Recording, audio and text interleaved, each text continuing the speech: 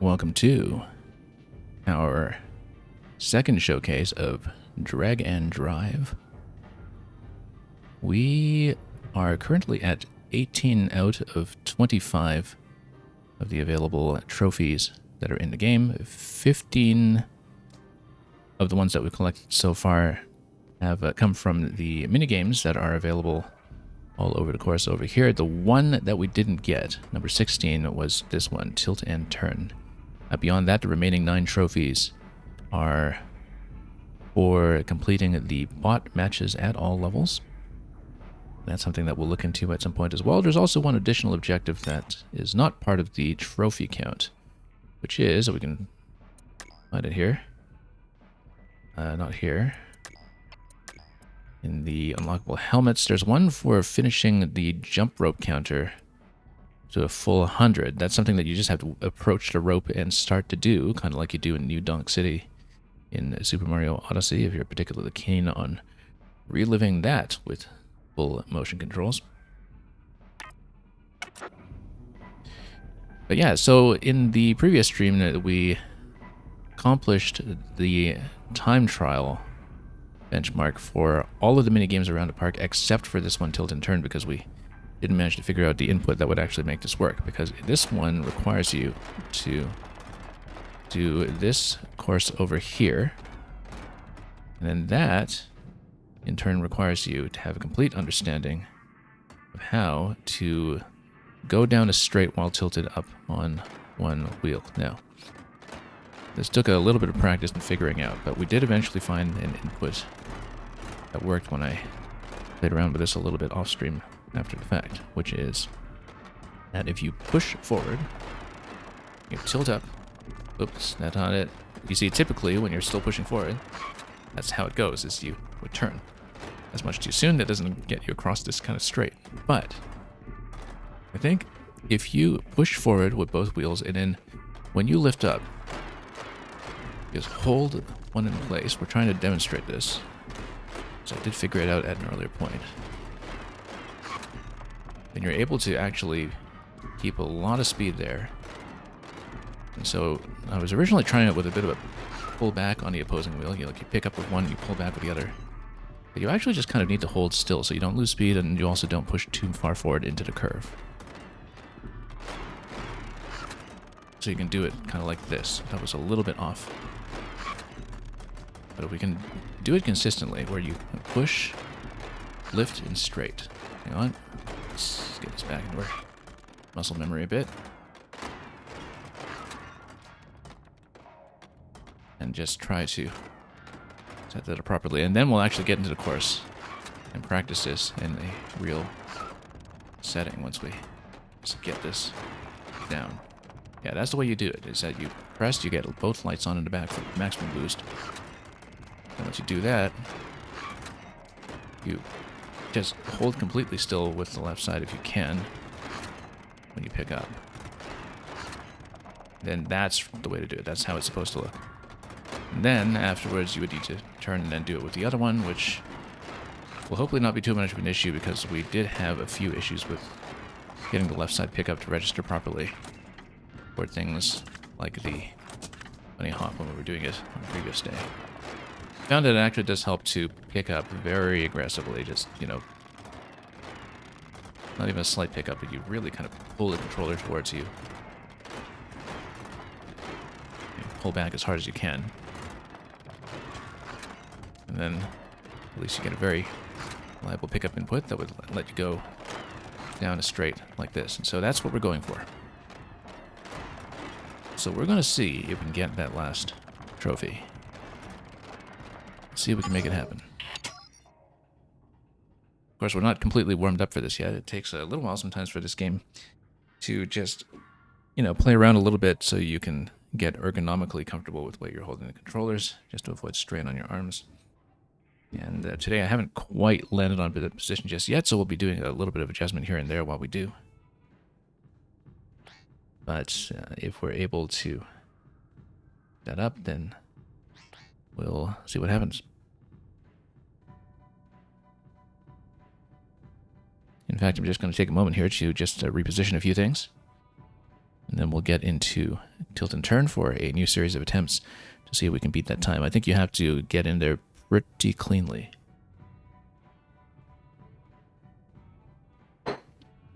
In order to make the benchmark here. So let's see it.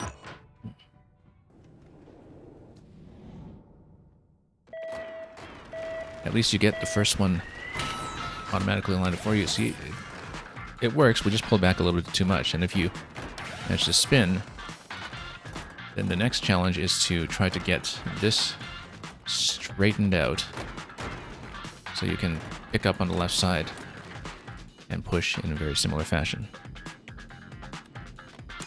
Joystick Junkie, welcome.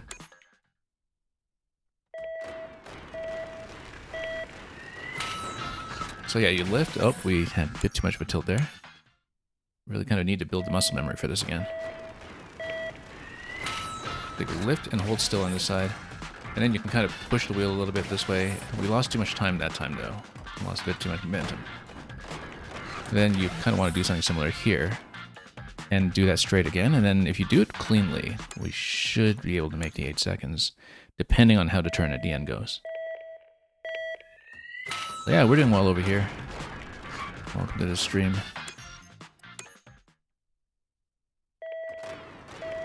Just filling in my last remaining minigame trophy that we have not obtained yet. Since we finally figured out, I think, the method that we're supposed to use for it. See, that was clean. That was really clean, actually. And we were off center a little bit here, so the wheel fell off. So you really need to aim the second pass very accurately, and we were at about 7 seconds at that point, so maybe slightly slower than we need, but we'll see. See, a little bit off when we're pushing like that.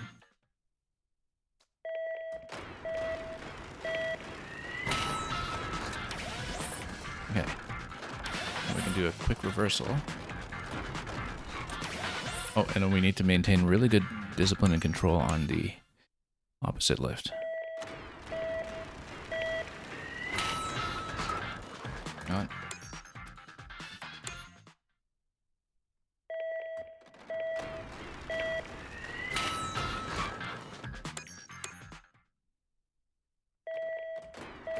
My chair is creaking quite a bit more than when I last played this game, so we're not quite replicating the exact posture I had previously, which leads to some inconsistency in its own right. As my chair that I sit in didn't shake quite this much last time I played this game. Let's reposition a little bit so we are a bit more consistent and comfortable.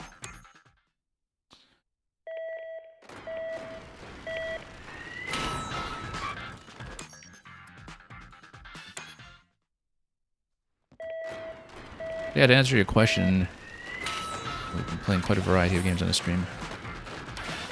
Typically Super Mario Maker, although we haven't been on that recently in the past month or so. We've just been distracted by so much else.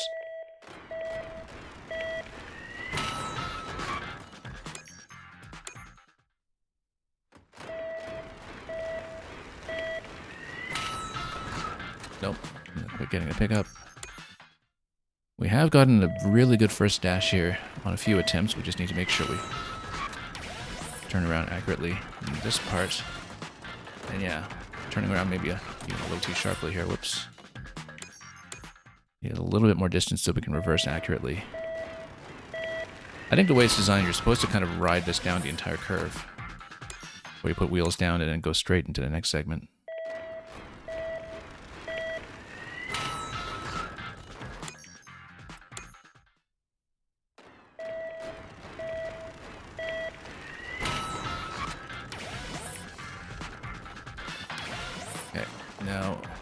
Yeah, we're not going to make the timer here, but we can try to practice.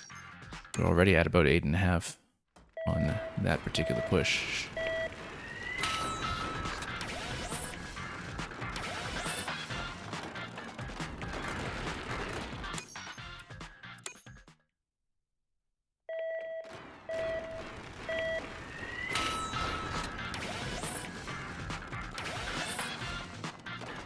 Yeah. So can we push into it? You see, well, we actually hit the finish for pretty much the first time, so it is a new personal record, off by less than half a second. So if we're just faster and snappier about the turnaround and aiming properly going into the second straight, then I think we can easily make the time. So we'll just keep going until we get it. We're just a little bit slow on the second part in terms of lining up the straight, since we don't have the benefit of just pointing the right way the way we do at the starting line. Nope. So we are playing this game in the offline mode currently, so the minigame attempts aren't interrupted by being pulled into any matches. If we get a lot of these side tasks done today for the trophies, we'll possibly get back into the online mode for a couple of matches.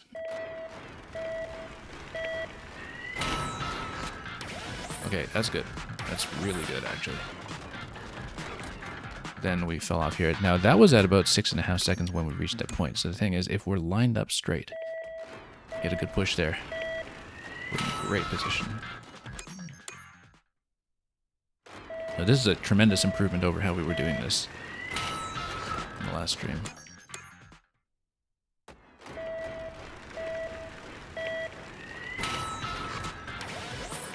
Get a little bit off center as well. We can center ourselves quickly on the other side. Then we'll definitely clear it, I think.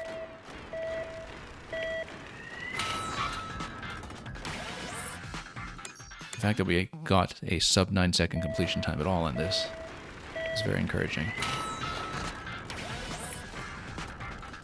Yeah, lost a bit too much speed there. And then didn't get a good pickup here.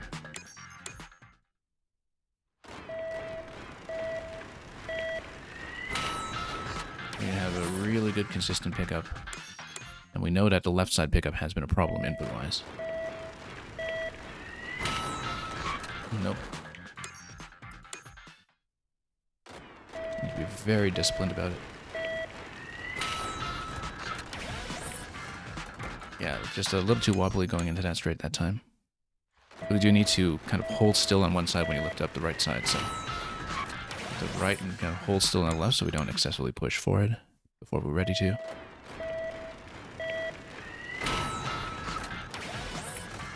Yeah, lost a bit too much speed there. You need to be kind of totally still on the left side when you lift up the right to get something very straight and consistent that maintains momentum without slowing yourself down.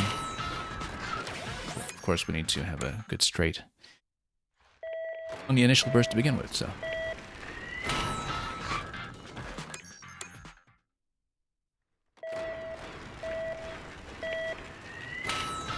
Nope. Let's push successfully on the right side that time. Let's just get back into the habit of getting the good, solid push on the first pickup. After the good attempt that we haven't really had a good one since. That was a little too wobbly.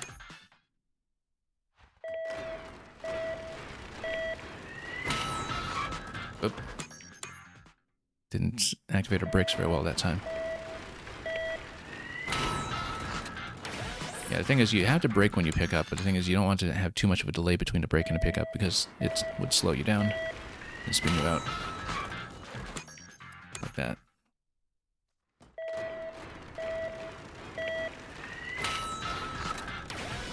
See, that worked out well, except we can line up now.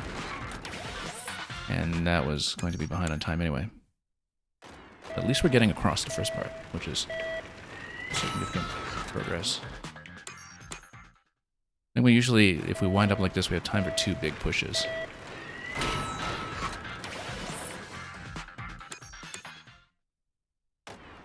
Nice big straight pushes. And then just to pick up. Yeah, you need to really lift and get a pick up to have it register correctly.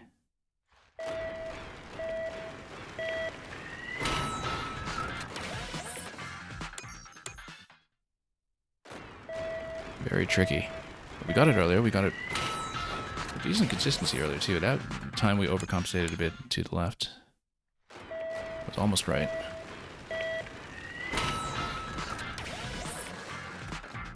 still veering a little too far to the right and getting into the dirt.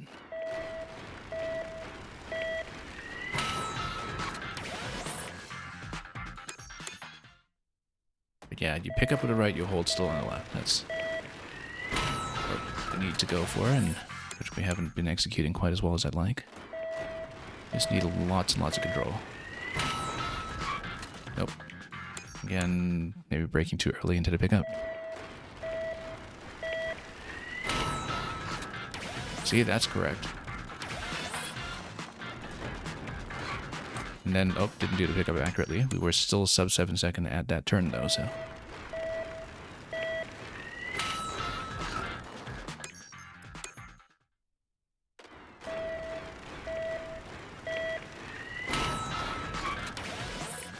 Not quite. Need to be very consistent if we can. See, every time I get into this game, of course, our sitting posture is just ever so slightly different, and we kind of need to adjust accordingly to just get muscle memory back in order.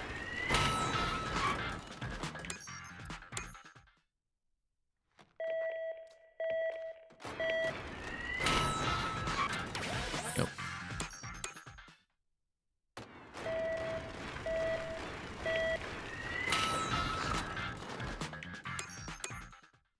We'll get it. I mean, we got a really good time earlier. We've only hit completion once, though, which is a bit concerning when it comes to pushing through the second segment. That time we pushed ahead still too early. We really need to coast all the way down. Yeah. It's the cone. The cone's all the way in the middle anyway. I mean,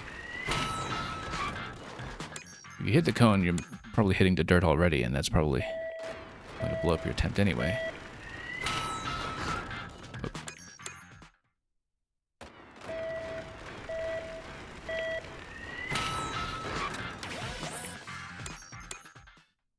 Still too much of a push there. Now I can get it though.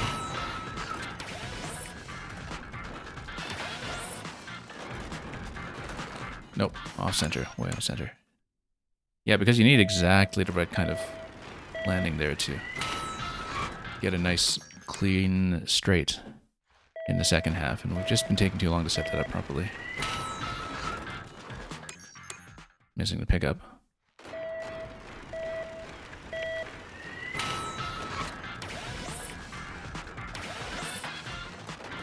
Nope, hitting the dirt. And yeah, if you just hit a patch like that, then you just spin out.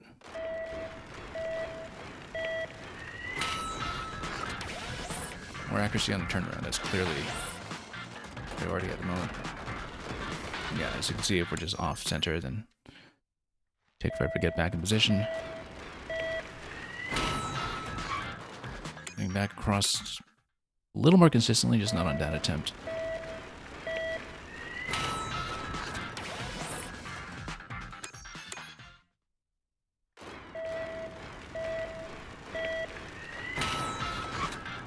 Okay, that was almost right. Veered a little too far to the left.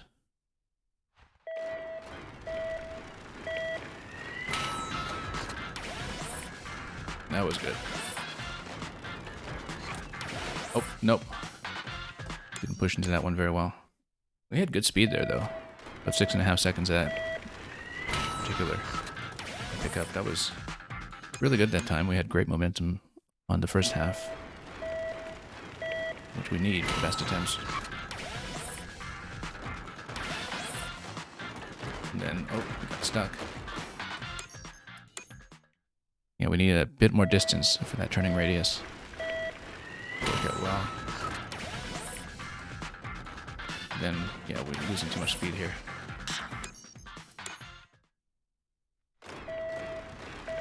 We have really good speed going into this. Just like that. And then off center, unfortunately.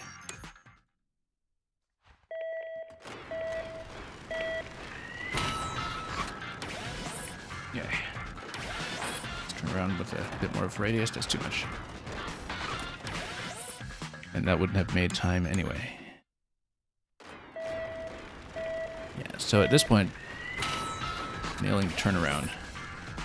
Big priority here. It's really difficult to straighten out quickly. You're supposed to ride the curve for longer, I think, and then put wheels down at the end of the turn. But maybe we should even brake at the end of that just to straighten out before we drift too far. Like, drift too far this way. Just got the right wheel stuck in the dirt again.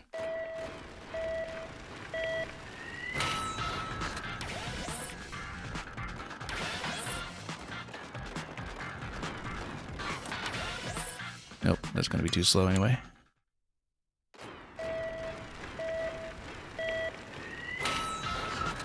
Could be at this for some time. Some of the other difficult mini games were a bit of a grind last time as well. This one is by far the hardest, though. That's because it's a bit of a tricky technique in the first place that is not really tested anywhere else. Except in a live basket setting, I guess. And yeah, once again, just pointing off center, and we couldn't line up quickly. You need to line up perfectly and quickly coming out of this. And then have the presence of mind to do the second boost accurately, which we haven't been nailing very often.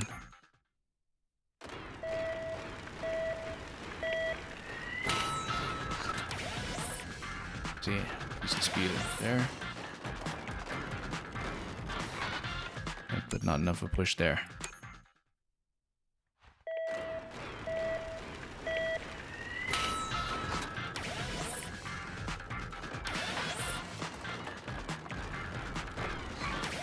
Nope, missed a lift on the left side. I was already past 7 seconds anyway, so probably wouldn't have made it.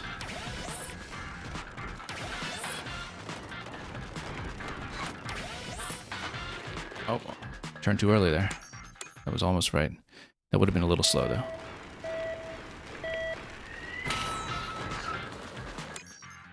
That's if you push into the curve most of the way to get across. You need really full speed to do it.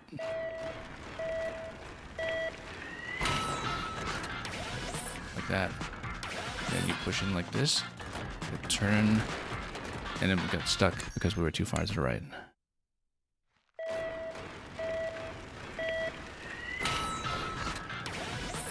Nope.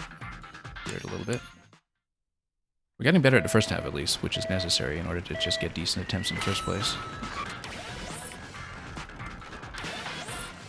Okay. Nope. Too much of a turn there. It's very difficult to straighten out after you put wheels down. Look at that. Need more speed. Going into the pickup. We're picking up a little too early, I think, on the initial boost here.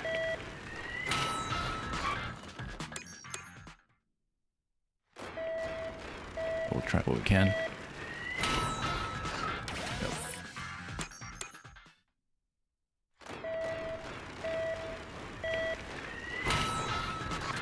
Okay, that was good. Pretty clean.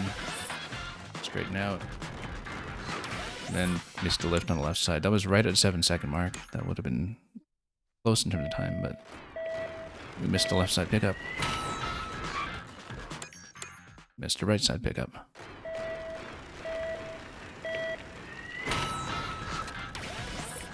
Okay. On the track. This is the best we had it, and we missed the left side pickup. Yeah, we've had faster times getting there. We just didn't actually straighten out rather quite as well on the far side. No.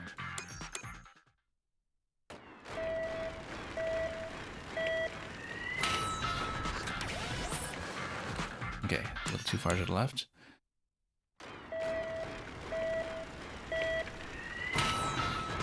I mean, just maintaining a straight for the first portion here is already a hard requirement.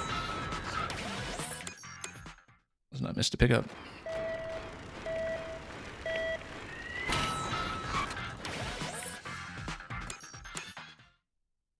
We had some really good attempts going on there. Let's try to get that back. Yeah, lost too much momentum. You don't want to pull back too much on the left side. You want to just hold still on the left side to drift.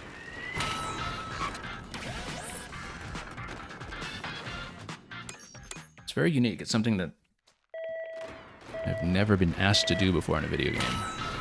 Which is true of this game in general, just because the controls are a completely new and unseen scheme. That's good. Let's straighten out and see what we can do. On this side, nope, we got stuck in the dirt. If you straighten out quickly, then that would be a win.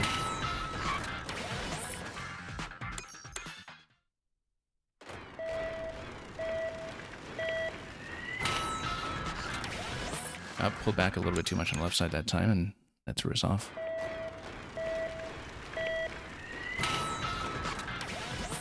See, you do it like that.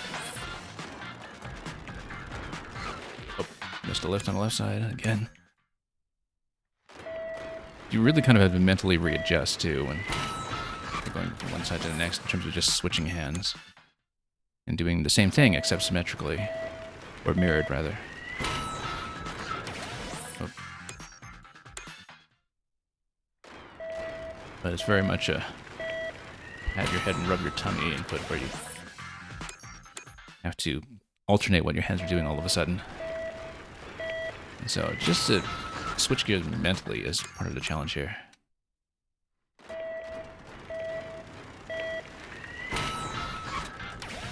Okay.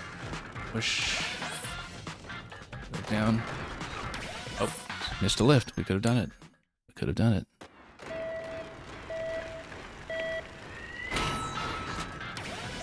That was good speed there. We just pulled in too far to the left.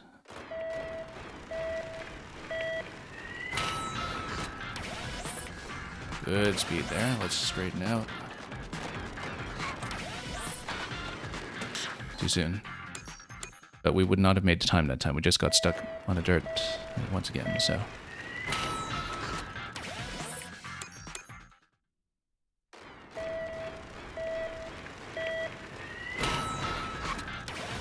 Nope.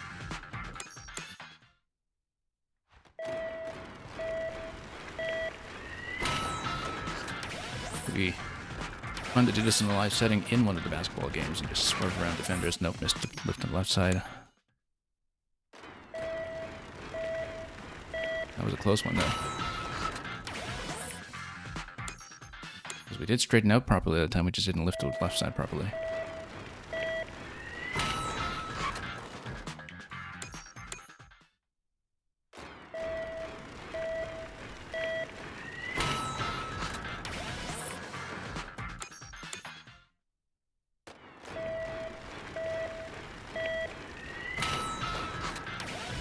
Very nice. Nope, got stuck in the dirt on the far end that time.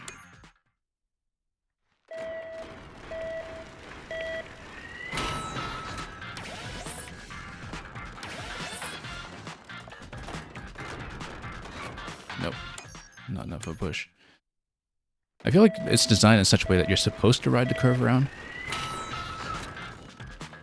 But I find that it's a little bit slow on the turning angle that we have. We just don't have enough distance past the rear curve to do that. But I think the way it's designed, for the best time, you are supposed to just ride one wheel around the bend and do a 180 with it.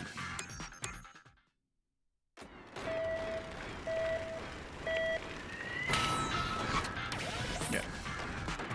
And then you boost quickly. Oh. We were at that part at under 6 seconds that time. That would have made it if we had not overshot and gone into the dirt. Like if you do a really big push around the curve, and you're up in one wheel like this, push with push, then not to the cone, obviously, not into the dirt. If you want to drift as long as possible and then do a really aggressive push on the left wheel when you're around back. This, and then push up too far. If we're good at doing that, we can angle ourselves while using the one wheel push here. unfortunately we're still a little too far inside, which is why the right wheel is getting caught in the dirt, which then precludes us from boosting properly on the other end. So yeah, we do need to set the right wheel down before it hits the dirt so we can get out of there.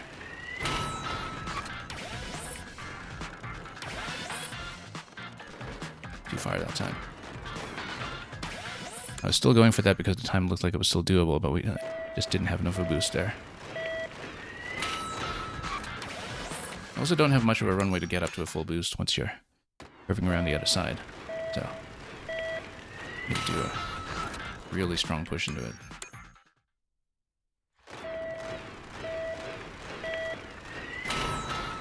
Oh.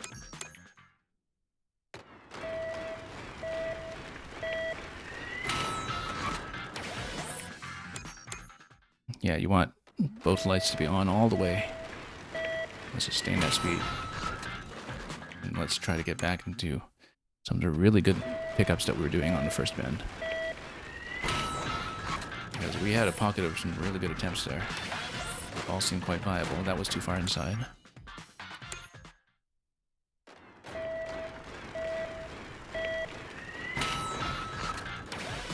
Once again, best completion time that we have is about half a second over right now.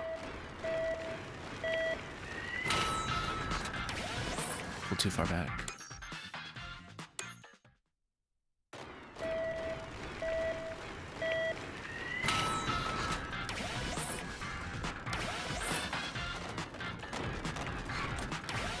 Nope, not enough momentum. Otherwise we could have done it.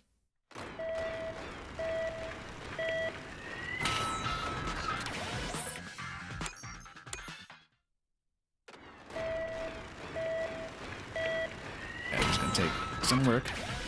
But it's looking viable, it's just that we need to straighten out and get enough speed on the far side.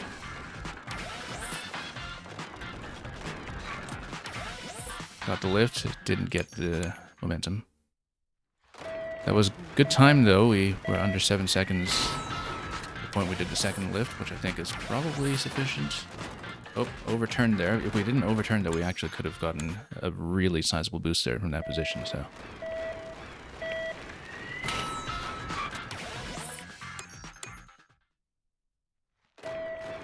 Let's just keep trying it.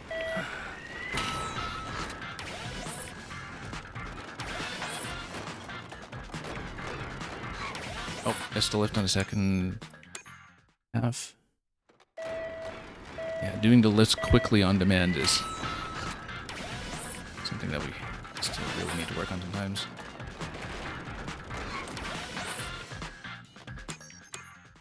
I was still under 8 seconds at that point. It's still a little slow there. We've done faster. Basically, if you can do the first part totally unobstructed, you do have a little bit of wiggle room in terms of time to reposition yourself.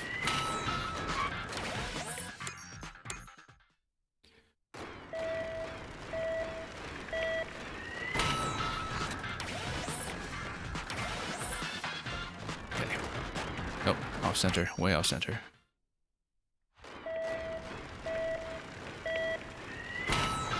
Yeah, this is entirely dependent on just getting a good straight this side. And it managed to get the speed or the lift.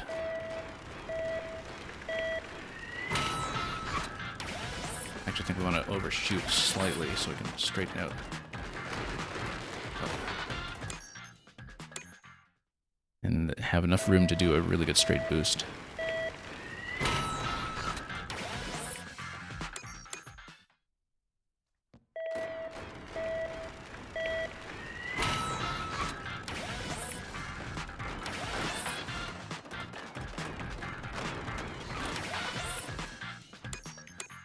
That was a little bit slow getting to the second pickup anyway. Second pickup should happen under 7 seconds if we want to do it, I think.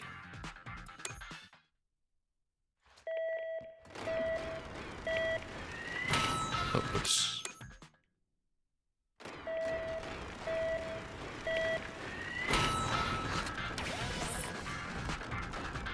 Yeah, too much wobbling there that time. Let's try it anyway. Oh, just a little early on that one. We otherwise seemed pretty close to making it. Pretty close that time.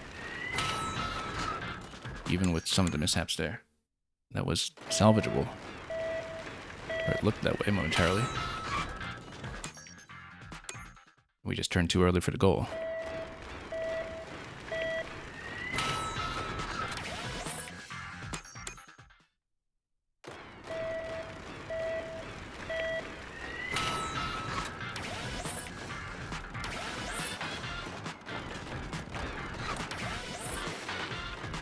Nope.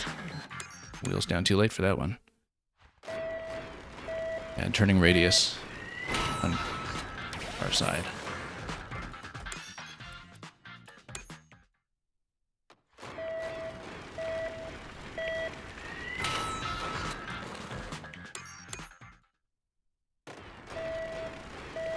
We're starting to get the technique at least. Doing a single tilt. We need to maintain the speed a lot better going into it.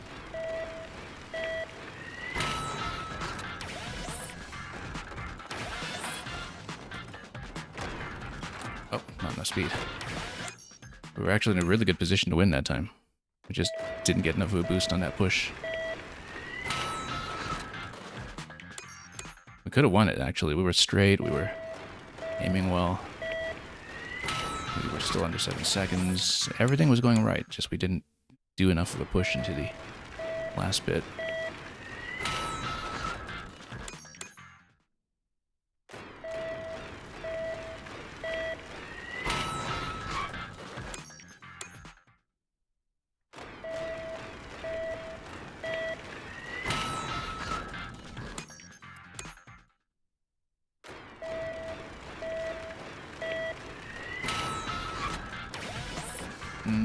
Not great, but let's try to go for the time anyway.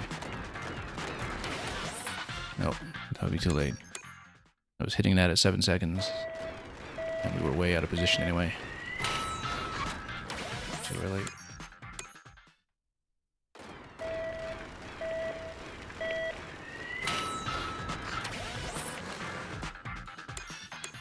We want the lights to basically be lighting up when we do the pickup.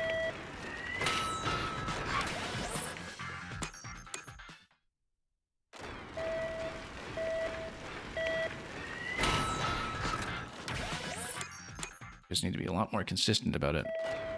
And pick up at a good point before we hit the dirt. Or when we have full speed on the left side. We had it earlier.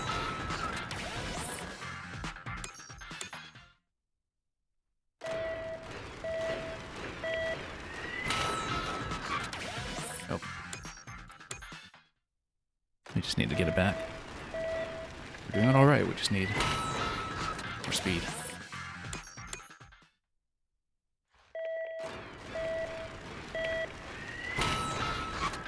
Nope, bad pickup. We had this. Let's get it back. Go. Got the pickup, just didn't get momentum. And that was at about 6.5, so that could have done it, we just didn't have momentum.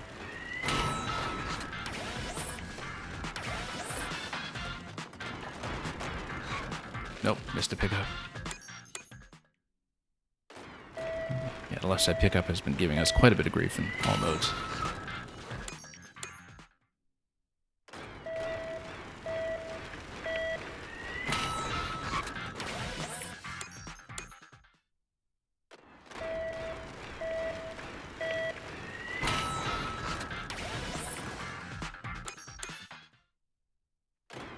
Let's keep trying it.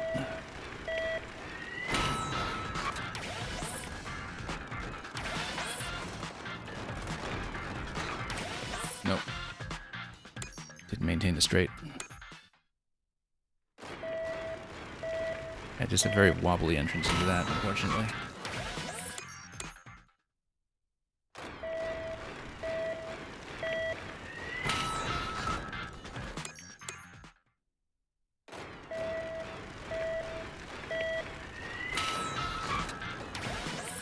Too much of a break on the left side. Too much of a slowdown on the left side, I should say. missing the pickup entirely.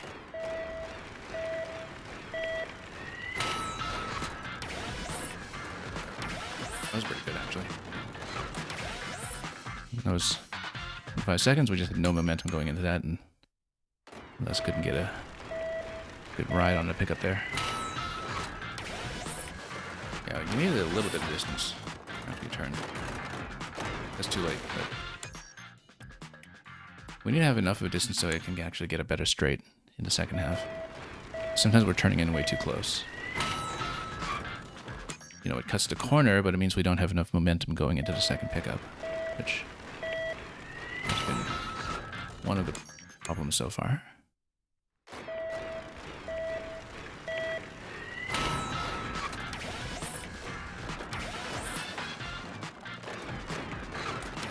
Oh, that could have done it. We just haven't been able to get the second pickup to go straight yet. I mean, given how many attempts that it's taken us just to get the first half practiced, not surprised that we still have second half trouble when it comes to just going straight forward.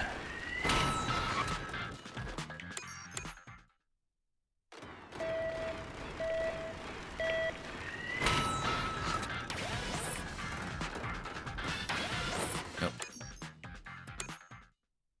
Hit the dirt too much that time.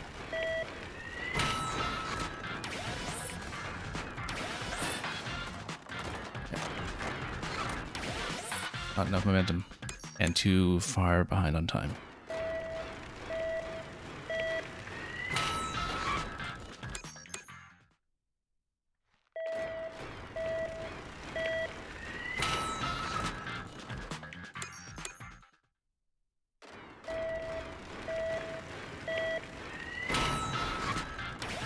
Yeah, if we were better at just turning in general, just to face an accurate direction, this would maybe solve itself a bit, but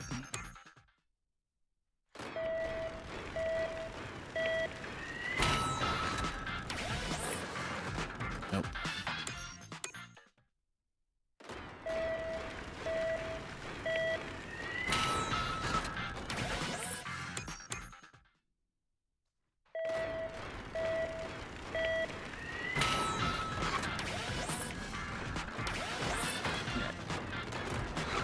Nope.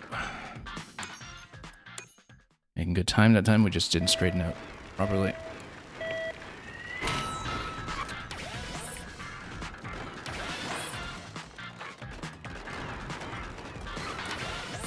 Too late anyway, that time.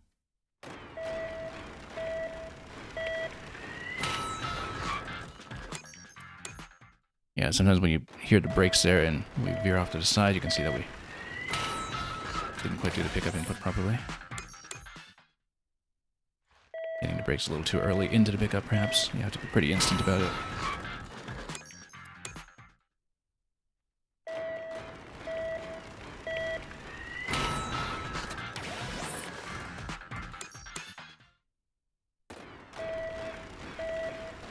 Well, we've had some attempts that look promising, we just haven't had enough of them.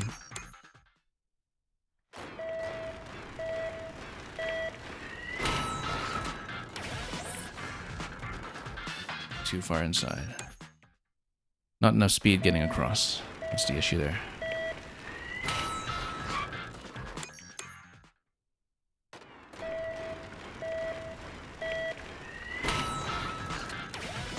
Okay.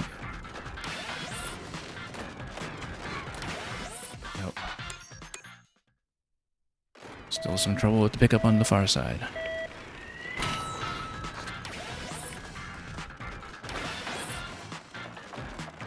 Too far out.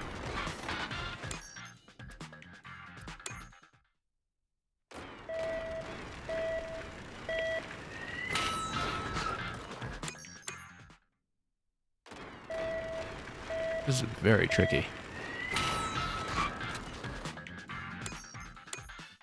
And after having practiced the input and made significant headway,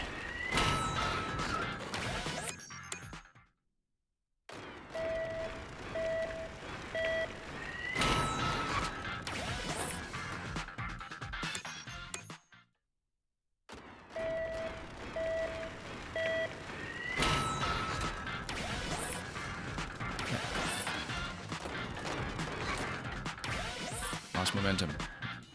And we hit the dirt on the right wheel. If we didn't hit the dirt on the right wheel, that would have done it.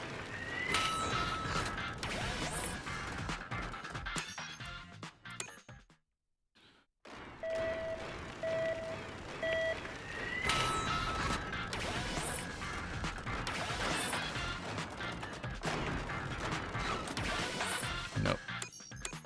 Lost control on the right side.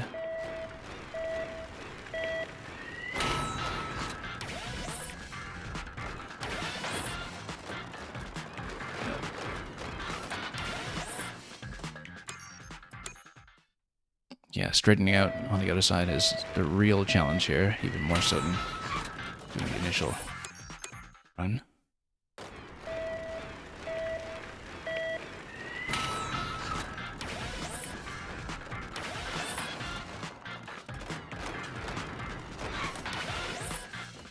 That would have been too far behind on time anyway, but still trying to get the input.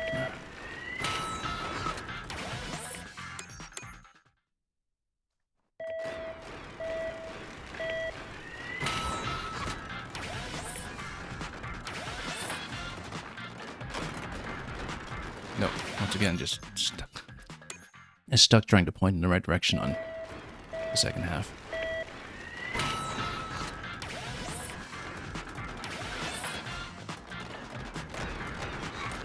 Too far out.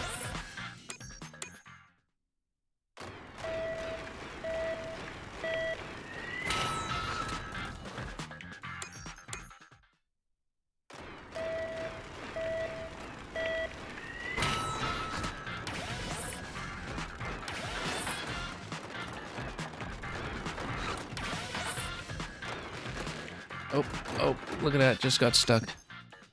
Right at the end there. That wouldn't have made time anyway, but that was one of the most promising attempts so far.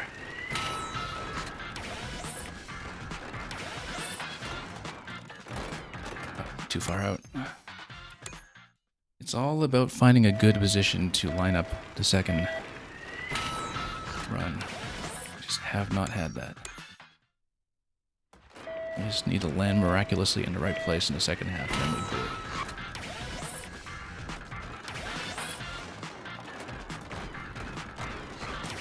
Nope. Lost control over there as we were trying to put things up straight.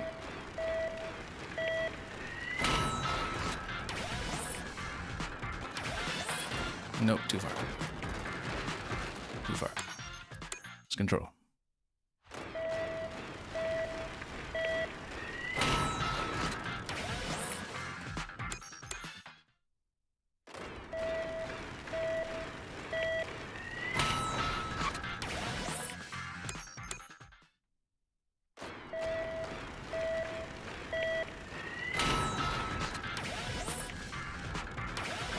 Okay. Most promising attempt in some time, but again, the right wheel got stuck too far on the inside.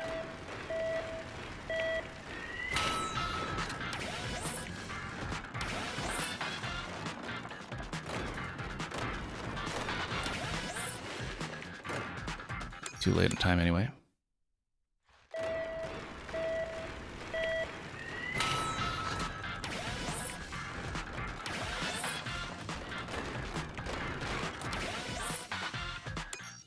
Any issues with second pickup?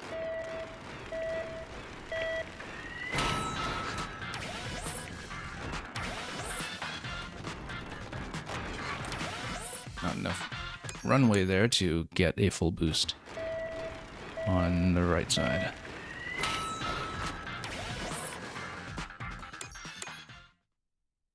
Yeah, if you're in too close in the curve before you start boosting on the other side, then you don't have enough momentum to carry forward.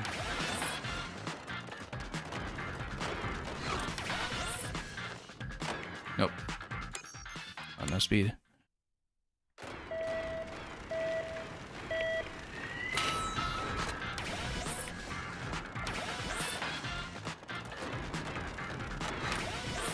Nope. Veered off a little off angle there. I could have made it if we were just a little straighter on that side.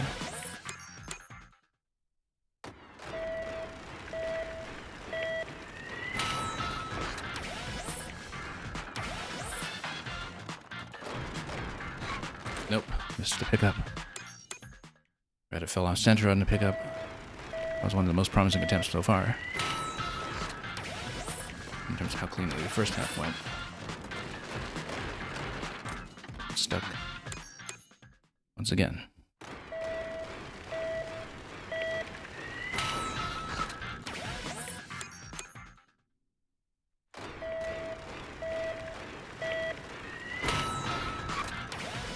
Okay, we had some really good runs in the first half just now. Let's try to get that back.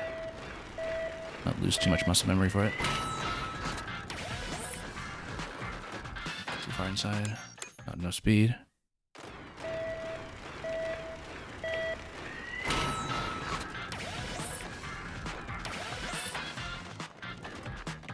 Oh, nope. Braking excessively into that. Braking with the wrong wheel, rather. We were trying to brake to line ourselves up, but we did not have very fluent braking on turns yet, and so... Look at that. New personal record, but we're still a little bit off. We got stuck in the dirt there, and even so, we were very, very close, and so... You absolutely don't need to be perfect. You do need to be tidy.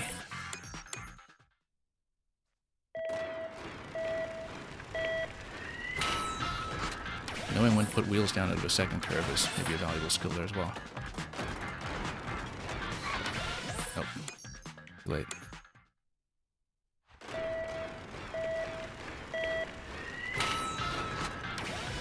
Pointing on the second half is just...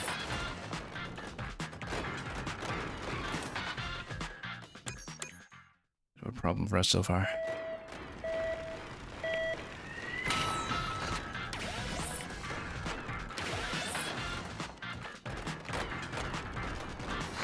Nope. Pick up.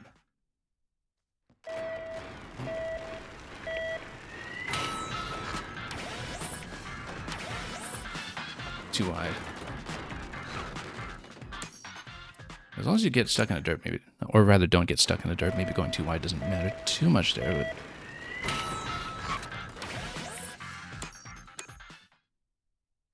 but we do need plenty of runway on the other side, so we, again, don't curve in too closely.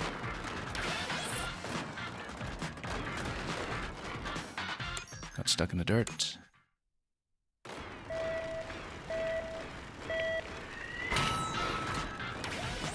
Well, considering that we're within 0.2 seconds, it's very doable. That the benchmark is meant to push you. Nope. Again, just not braking properly into lining up the next shot. Next straight. We don't have very good intuitions for how to brake when it comes to stopping a turn. Too much turning. We just need to aim correctly and immediately.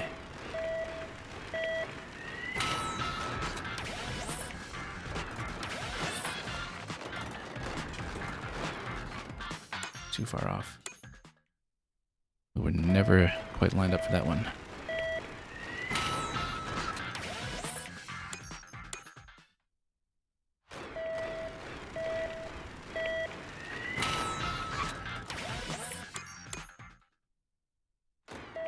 This is so doable, though. Like so many attempts that look like you just need one little fix. The fix always involves just facing the right direction after the turn.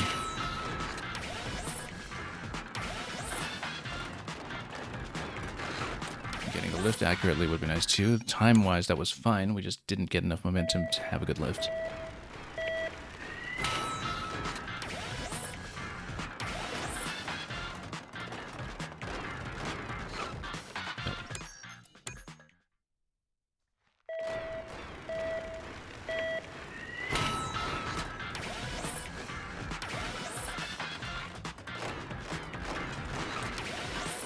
Nope, too far into the dirt that time.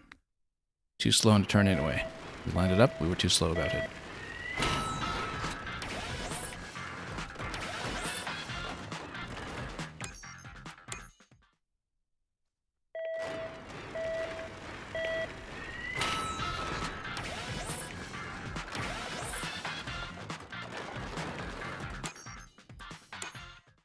Yeah, this has been by far the most challenging thing in the game so far. Even compared to the other ones that were 3 flames out of 3. Nope, pistol lift. That was good though, we got there at 6.3. We just missed a lift. And again, you need lots of momentum going into it, otherwise you just don't make it across.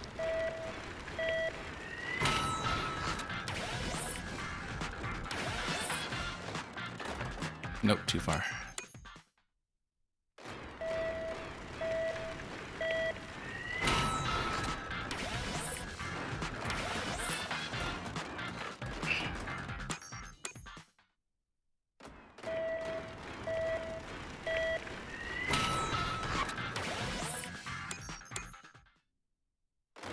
Still working on it.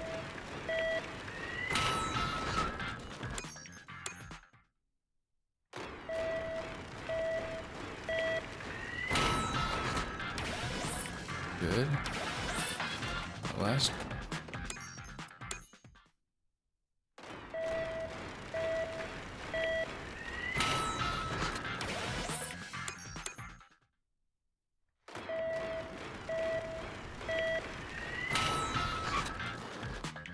Starting to lose our touch a little bit with the first tilt.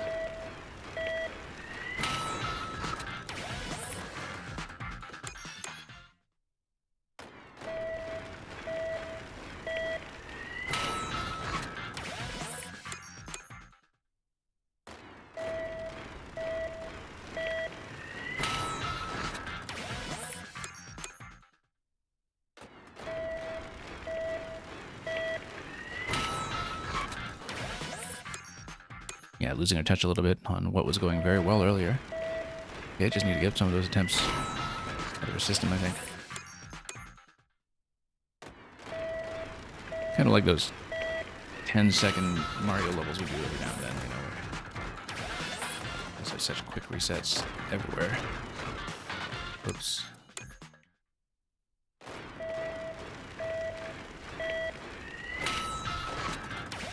Occasionally you'll just have a run of bad attempts where you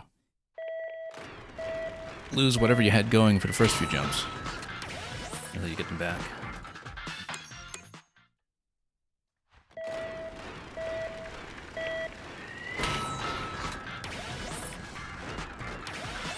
Oh, too far. Too far, not enough speed because of the dirt.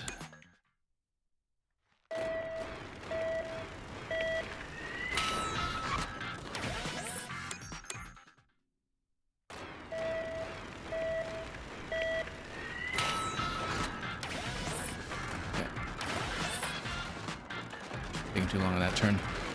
We didn't even aim properly after that.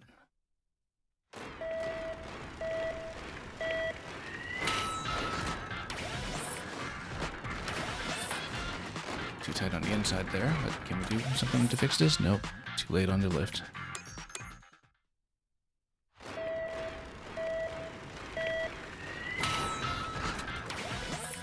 Still don't have very good muscle memory for the left wheel lift, which is a problem on the other end as well.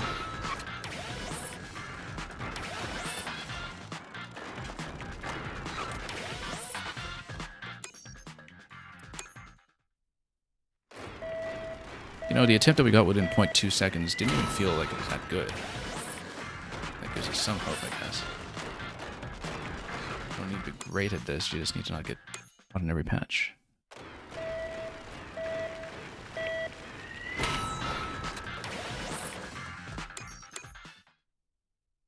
Well, we're not even getting to the ending in the first place, that's the issue. Aside from the 2 attempts when we hit the goal, both within half a second.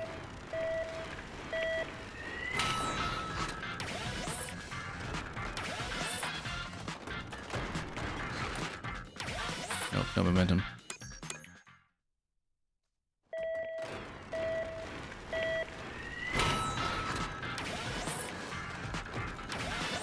Too tight. Got caught on the dirt in both directions anyway, so.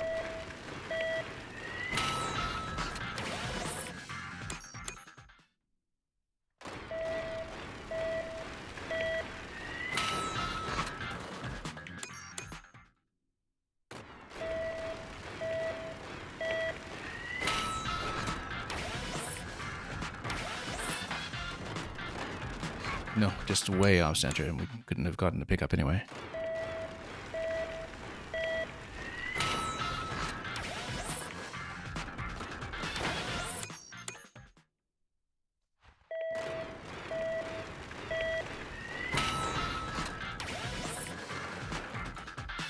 Lost too much momentum that time.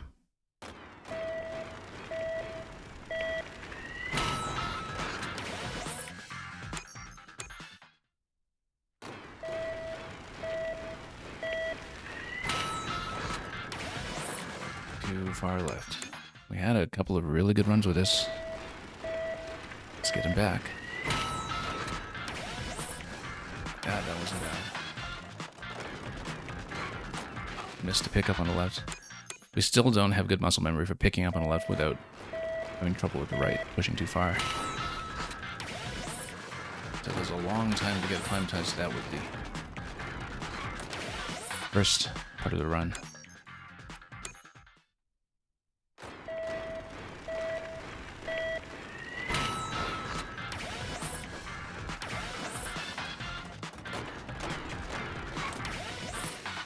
Almost.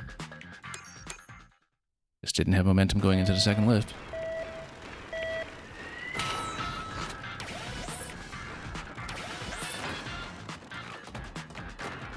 Nope.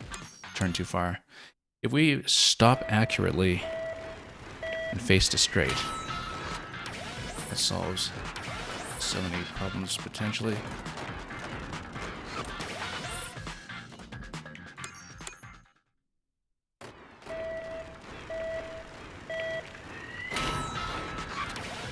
Yeah, I feel like you are definitely supposed to ride one wheel on the inside track, but we just don't have enough speed coming out of it, so.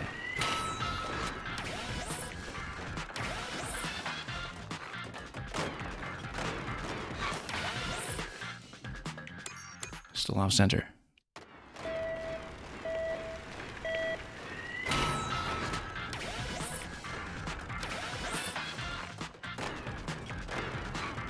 Nope, missed a pickup. We were making good time too.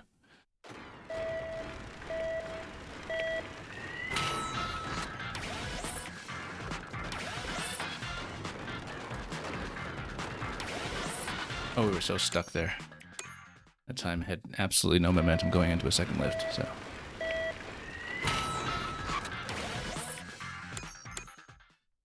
We just drive around the side. I don't think we can. We have to hit 2 targets on the other side first.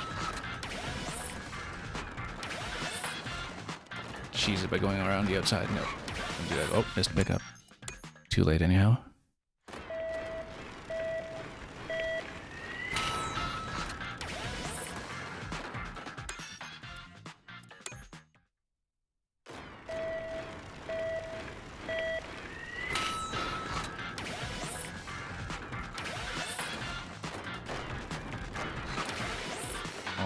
Almost. We just needed to not get it the right wheel into the dirt. That was a little bit off center, but reasonably close.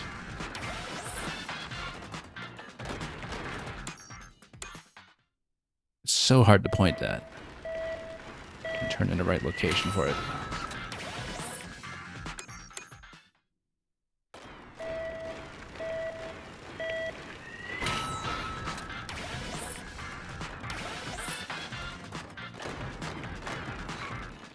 To pick up. Didn't have momentum for it anyway.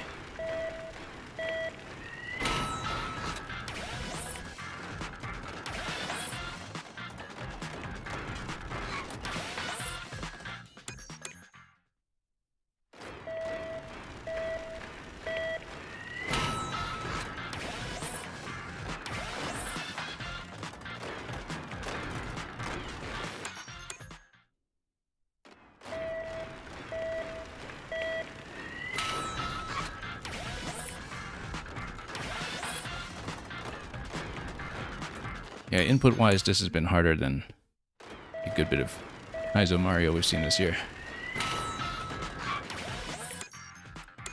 Maybe it's totally intuitive to people who know how to drive these things, but we've been having trouble. Even after figuring out how it's supposed to go, right? Just You'll have to have the accuracy, the turning accuracy on the far side, and so otherwise you don't make the timer. If it's a 9-second timer, we've beaten this twice already, but it's not a 9-second timer.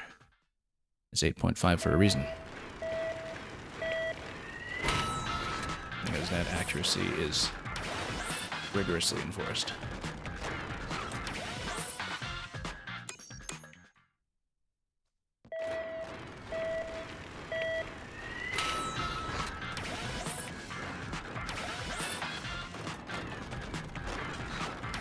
Missed a pickup.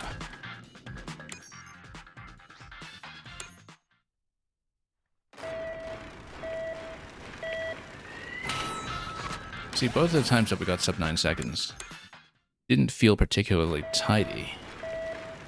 Just that we managed to make it across at all on the second half, which has really not happened often. Both times we've managed to approach the goal, we've done it within striking distance.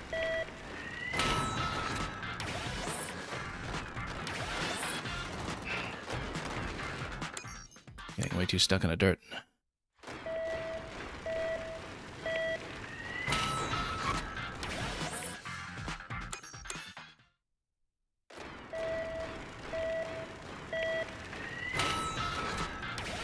Okay, that's good input that time.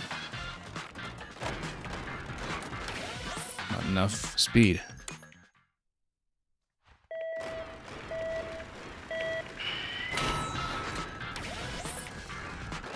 Well, let's way overshoot. And push. No, that's going to be behind on the clock. And we didn't manage to get the pickup anyway, so.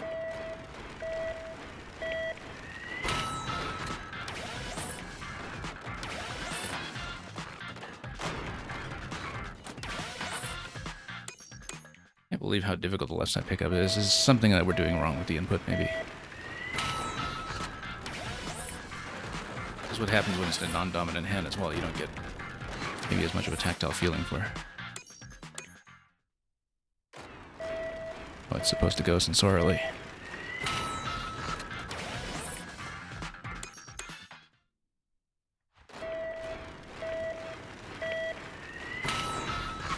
We know the left side pickup has generally been the issue for all the bunny hopping interactions and all that stuff, so.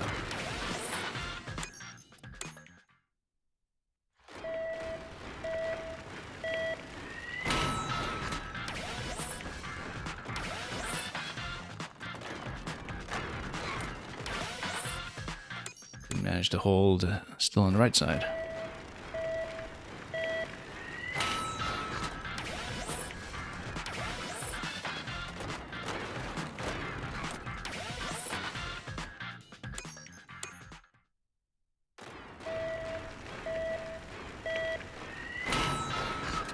Yeah, when you're just given the straight for the first part, it's not so bad, but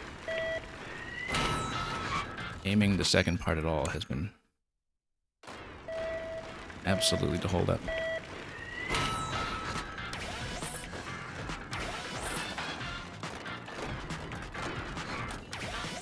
Not enough momentum.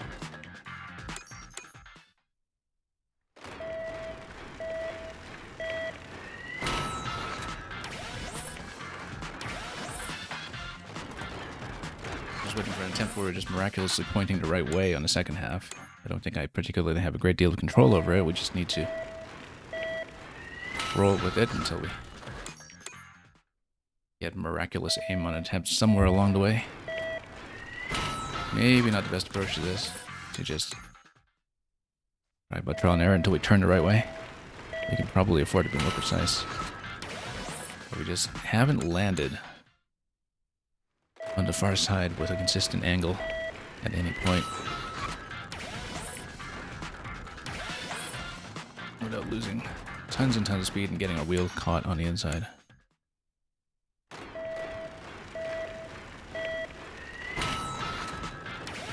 Yeah, this challenge has been absolutely devious. Okay, one moment. We gotta hydrate and just take a moment to breathe.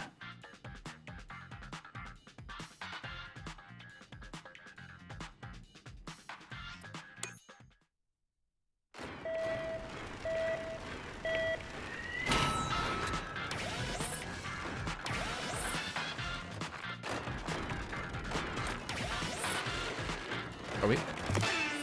Just slightly over. We just got caught in the dirt in the same spot on the right side.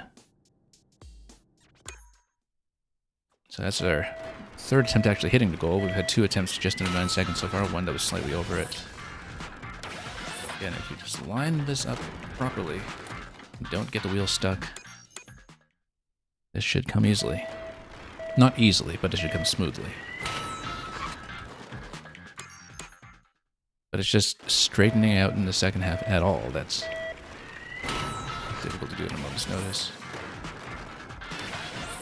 Oh, it's way too stuck there.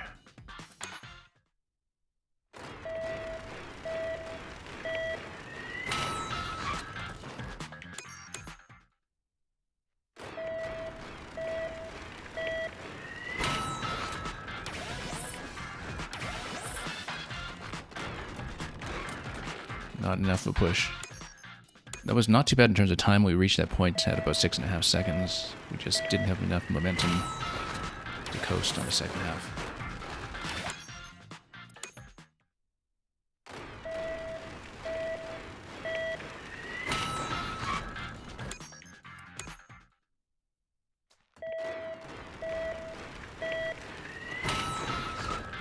Hey, after this we've got the jump rope 100 to look forward to if we want to do that and crash out against the pickup and put some more.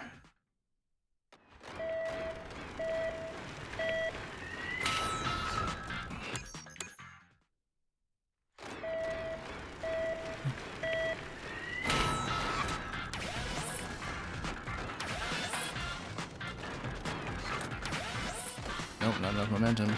You can kind of do like a back and forth to inch forward a little bit, but if you don't have any speed, you can't cover much distance with it.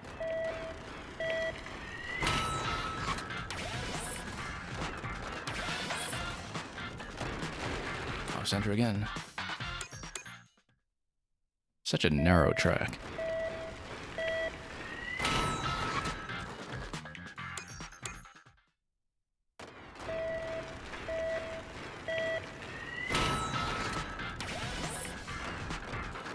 Nope.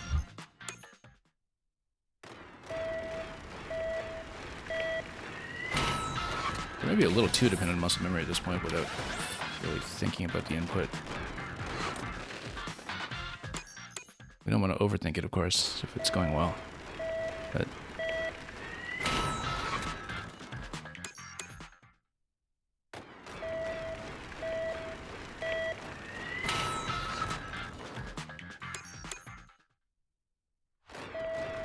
yeah, because this was going well, let's replicate it. Get back to worrying about the second half instead.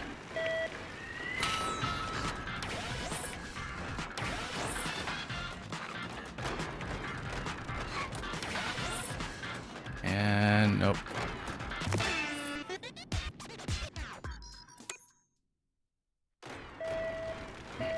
Descriptivist, you never expected a Nintendo minigame to take this long. You haven't played that many Nintendo minigames then.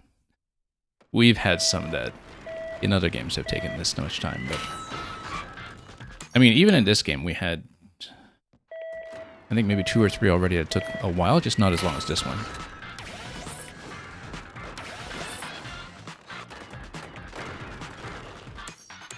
But we've definitely had some grinds in the past.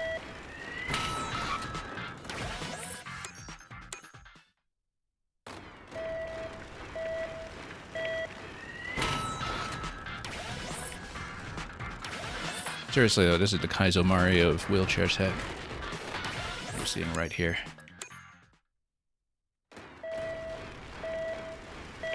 And it is the top difficulty rating. 3 out of 3 in this park, but it's the only one that we have not accomplished. We hit all the medals, all the trophies rather, last time without too much trouble. Some of them took a little while to get straight, but none of them were too technically forbidding. This one just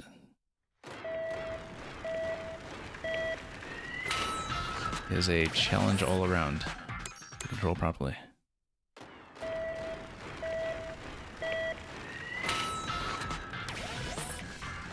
Okay.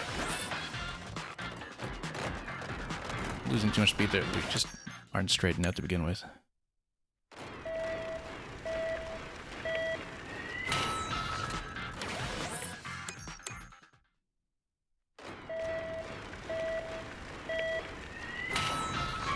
So yeah, for the 100% experience, there's a lot in this game to keep you busy. So the bot matches to do after this at some point, for all the remaining trophies. Do slow around a turn, and once again, just no momentum. See, the current way we're doing, we need plenty of runway on the other side just to straighten out, and we just lose too much time trying to get it. Lining up. So.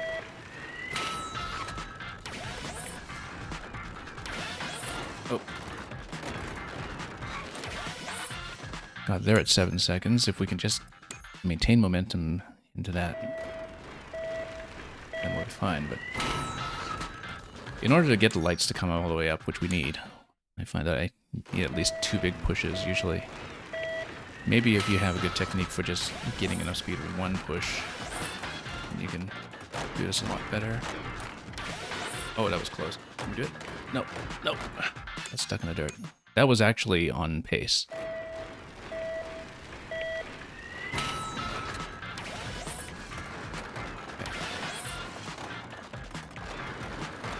On the dirt once again. But again, if we get the second lift before 7 seconds, we're on pace. That's what I've discovered.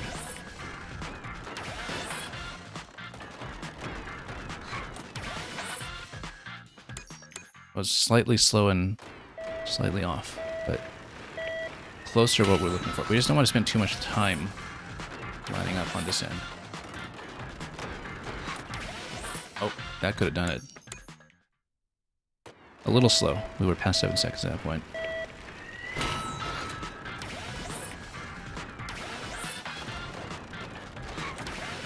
Nope, didn't straighten out.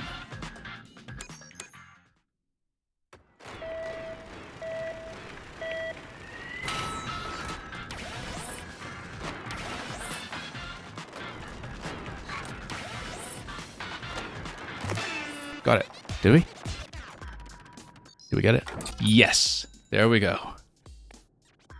And by a pretty sizable margin. That took so long. That was about an hour-long grind, I think. We were close on so many occasions. But that is all for the minigame trophies. Now it's just the bot trophies. And of course the helmet that we get off of Jump Rope 100. And whatever the post-game 25 out of 25 minigame is. Since there is some kind of big post-game unlockable after you beat level 9 bots. So. Wow. That broke a sweat. Let's do some jump rope.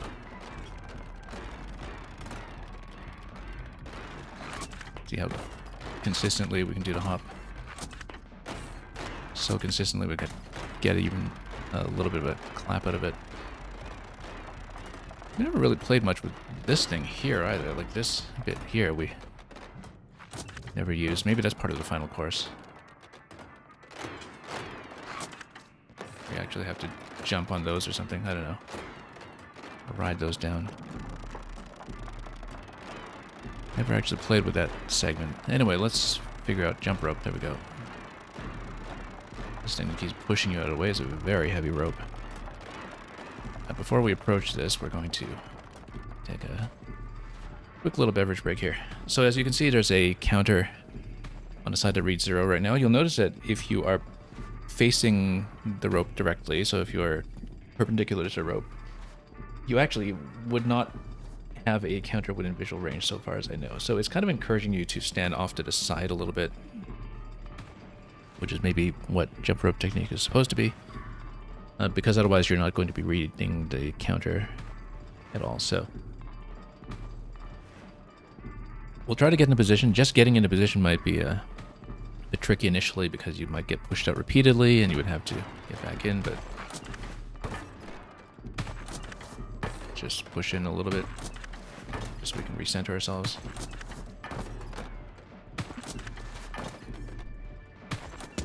Yeah, and see, after 5 we've already loved that a bit, but that's the kind of angle we want to go for. Just push in a little bit, reposition until we get something really comfortable, and of course we'll just miss the lift again.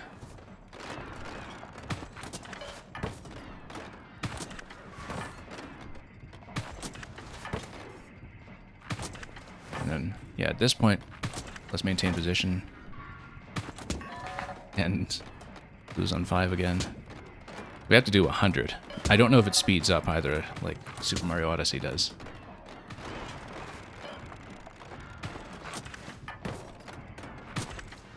Because if it speeds up, then we might be in for some trouble. Descriptivist says you're a bunny. Well, we're certainly trying to be one ourselves. I mean, I wouldn't be surprised if we got some bunny ears as the special helmet for doing this. Which would be fun, actually. As a cosmetic. You'll notice that if you get bumped by rope by going over it on top, that does not count. Just getting into position to start this sequence is going to take some work because you just get pushed out repeatedly until you do. Okay, this seems like a good position. Let's keep doing it. See how consistent we can be.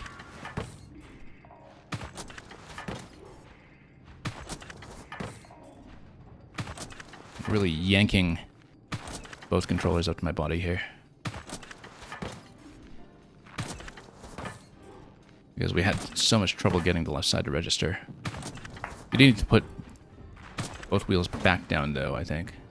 Because if you're still in midair, this is going to cause problems with the detection. You do need to put the controller down every time. So we'll see how fast this goes, if it speeds up at all. Oh, wait one. Oh, 100's going to be quite a push here. Just getting in here to begin with is such a potential problem.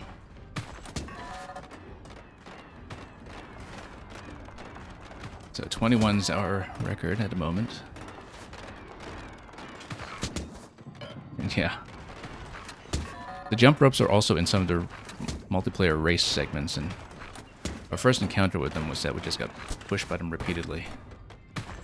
And even the other people racing through them were generally not hopping. They hadn't learned how to hop yet on the first day, and so we just saw people try to sneak under the ropes with good timing. Which I'm sure will not count as a jump. Nope, not getting the right side lift now. And look at that, just got whipped. You definitely feel the weight on these things too when you get whacked. Nope, not getting the right side. Come on. There we almost go. Back up a little bit.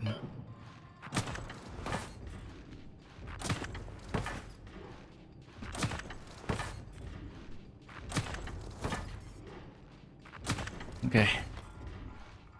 All consistency from here, I hope. As I fail again as soon as I say that. Right side input has been giving me trouble. It used to be left that had detection issues for me, but you do need to stagger the timing between the two a little bit.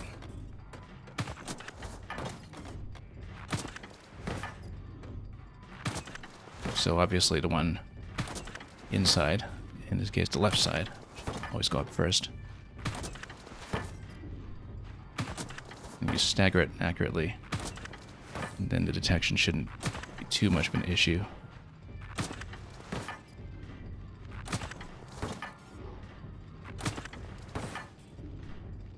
This is quite a workout. Because I just need to lift the controllers up to my chest, really, to handle this consistently. And there we go. You just slack off for a little bit.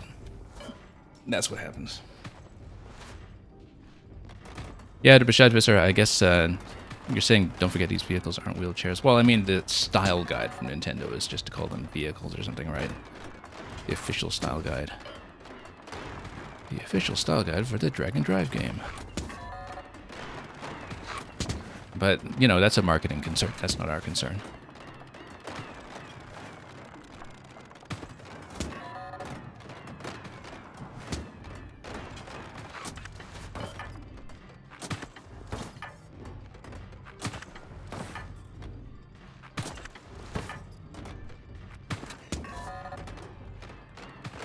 Probably some licensing issues involved in calling this Mario and Sonic at the Paralympics. Whoops. You're very sure the style guide isn't just to call them vehicles, but don't call them wheelchairs. Yeah. I know very little about disability etiquette. Rather, we knew enough about disability etiquette not to call this stream, like, I don't know, Kirby Crippled Deluxe or something, but there are a lot of finer points to it when it comes to people keeping out of trouble that surprise me every time they come up, so.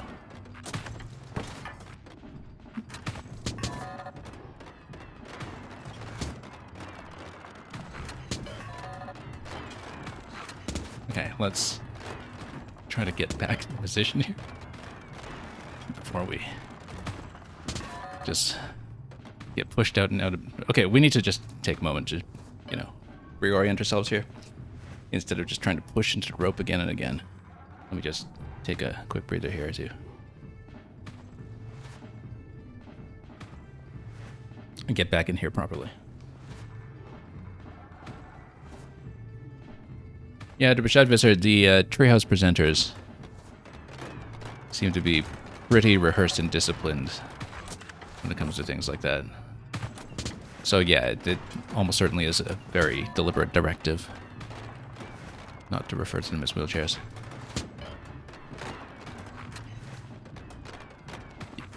You know, that's clearly what they are.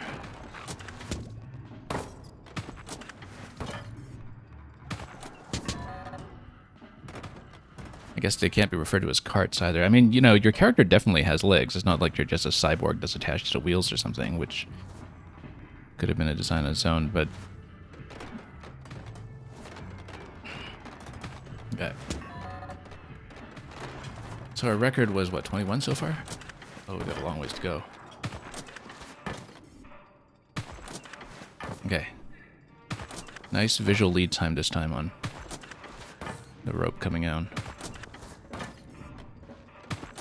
Just don't want to lose position too much when putting wheels back down. And we want to stagger the two inputs with an appropriate timing so the detection actually works.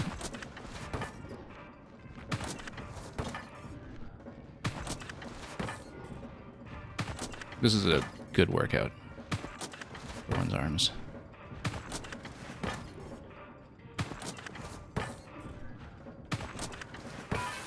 I have to wipe the sweat off my Joy-Cons afterwards.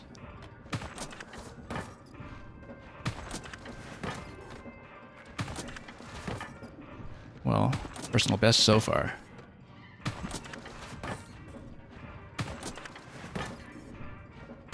It doesn't seem to be accelerating. Even though there were some fireworks for 20. Presumably there would be for 40.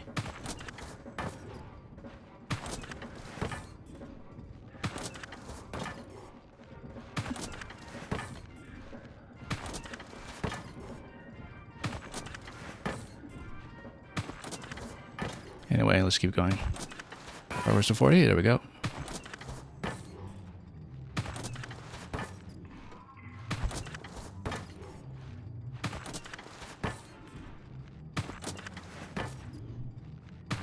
Just need to stay focused. I'm definitely feeling the sweat of my Joy-Cons now, though, where they could just slip out on me at any moment and throw off this whole thing.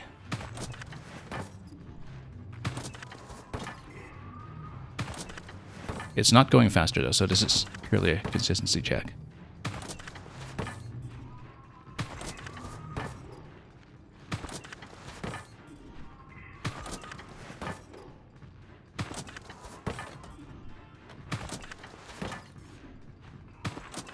I feel like we're backsliding a bit, so... Oh, maybe it is a little faster. It's marginally faster, actually. I can feel it.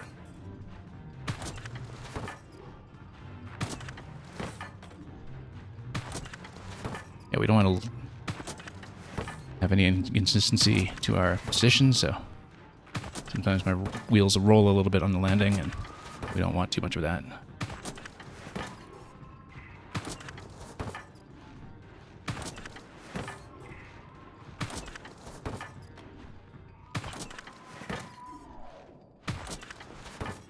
Well, let's see. Can we do it?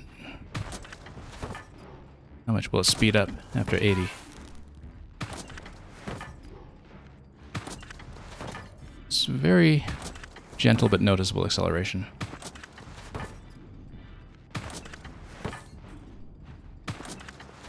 Let's not choke now.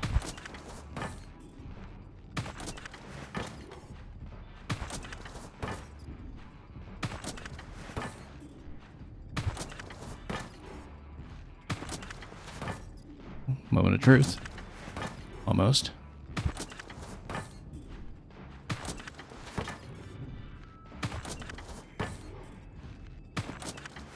Well, if there's a time to choke, it would be now. There we go. And we choked right after 100. Okay, but we got 100. There we go.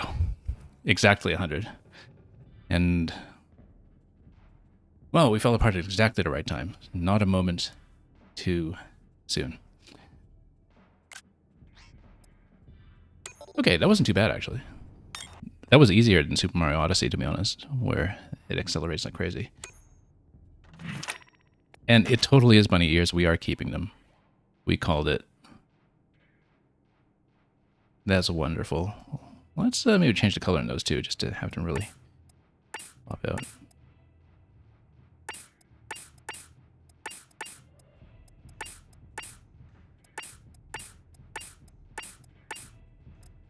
Let's go yellow. Matches the wheels. That's going to look great at the park.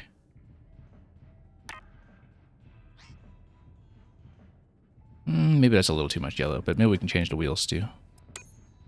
Something a little more subtle.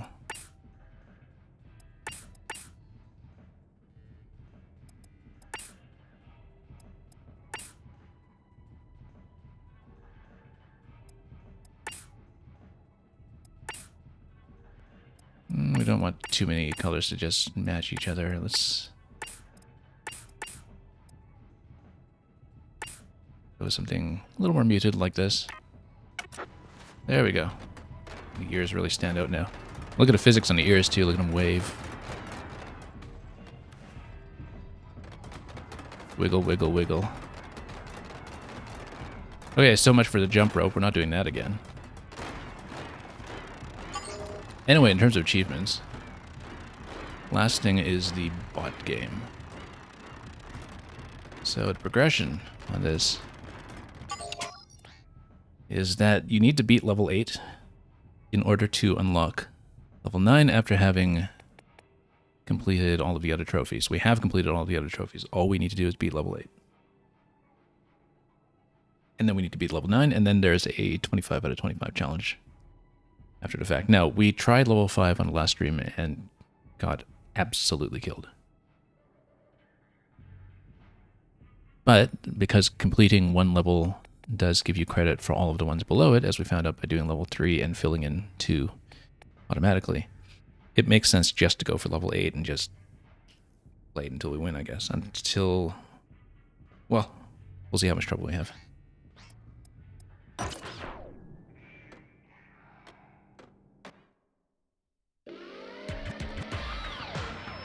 Those bunny ears really stand out. I'm glad we earned those.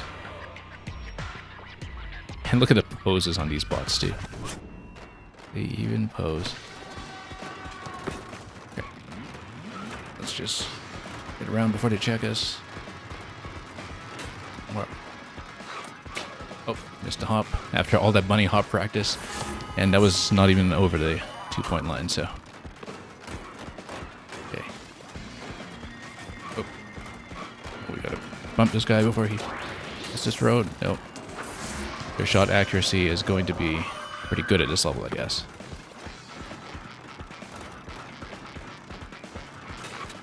Oh, nope. In, not in. Yeah, if you get bumped, I think it automatically kind of throws off your accuracy.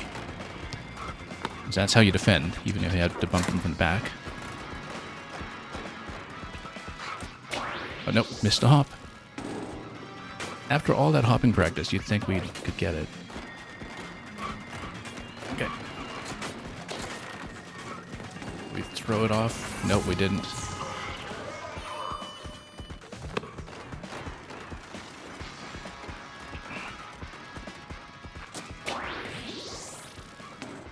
.1. Here we go. Still behind by .1 though. So.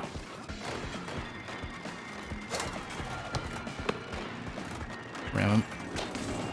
Okay. Managed to obstruct somewhat. Let's let our bot teammates do some work.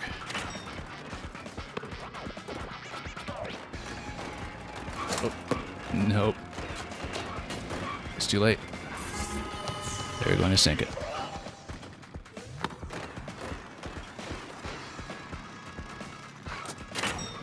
Okay, got bumps. Nice passing from them. A lot more passing than you see in games with humans, that's for sure.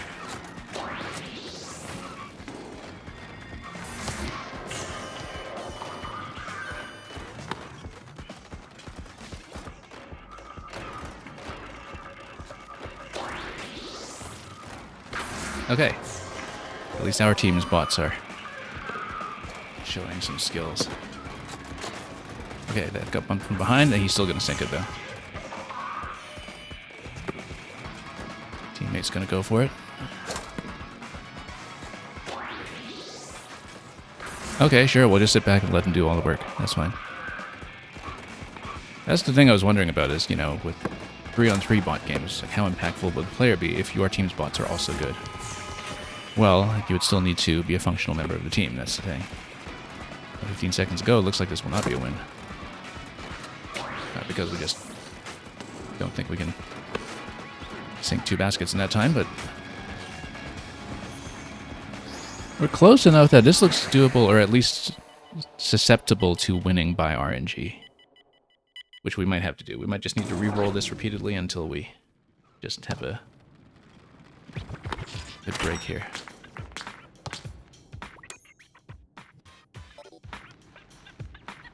Okay, let's just play it again.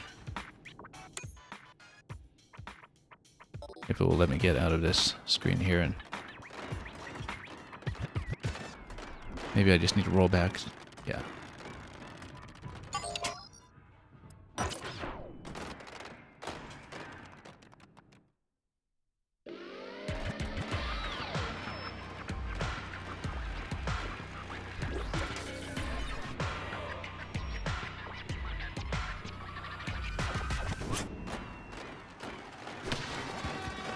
Okay.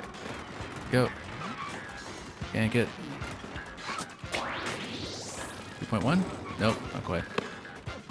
Too far off center for that. Like if you line up a shot from the center, improves your accuracy quite a bit, but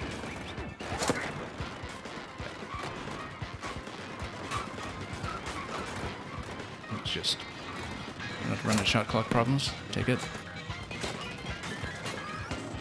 Oh.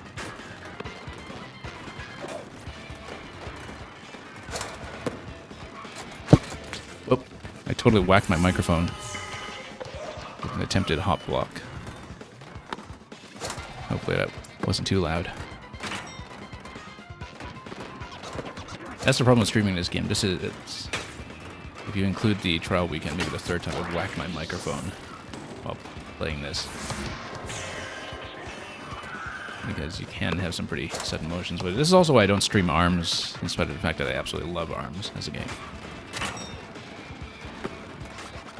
You need to have a compatible setup, let's just say,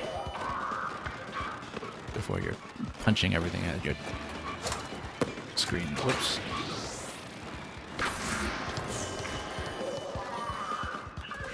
Yeah, so, you know, the bots all just score, and then we try not to be too much dead weight, I guess. Just to hop that time again.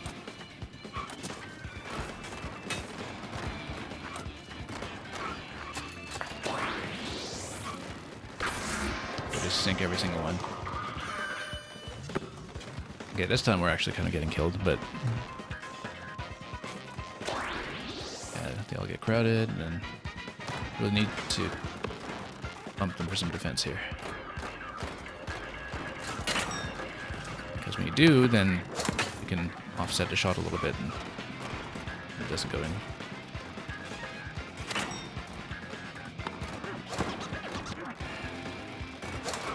Oh.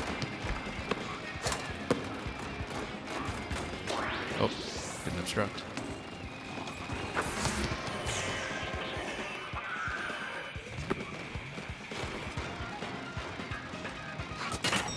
Oh. Nope, missed it. And too late on about that time. Well, this time around we were not close to beating the boss, but it's okay. It takes practice. Takes probably a good bit of just re-rolling. I haven't seen a score run up that high up to this point. 19.6. That's the highest score I've seen. Any team. I think defense kind of fell apart there.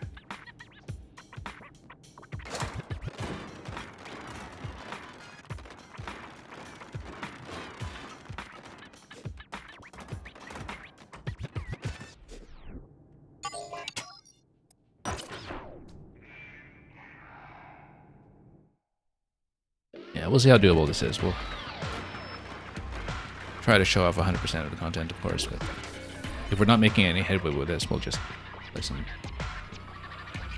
online multiplayer in a little bit, and just for the morale, you know. Okay, take it, teammate. Let's see. I should let the teammates do the scoring, actually. I should just pass it a bit open positions and try to do that too. And instead. Just. Oh, nope, intercepted. Yeah, because they all just land 3.1s anyway, right? So.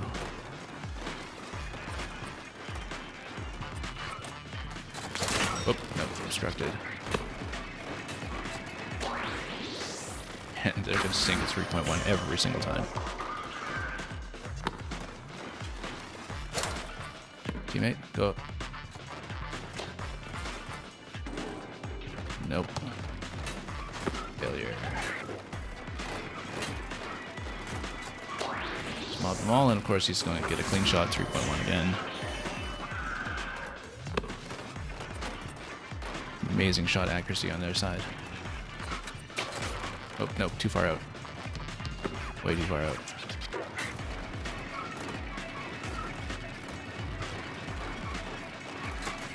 Okay. We were doing alright earlier.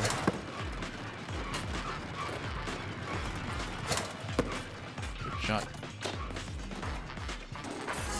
Okay, 2.1, but everything's gonna count.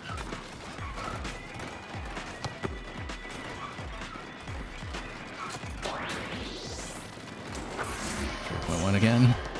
Yeah, you really need to bump them before they get a shot off, or just slightly every time. Take it. Oh.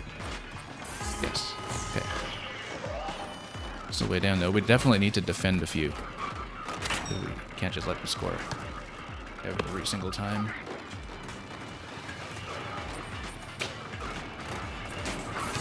Forget about the tricks there. Let's just try to score when we have a clear break like that.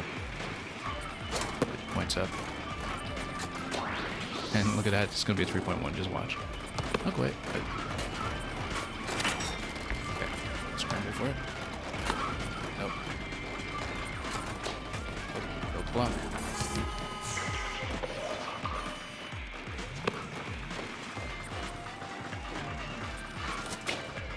Too far.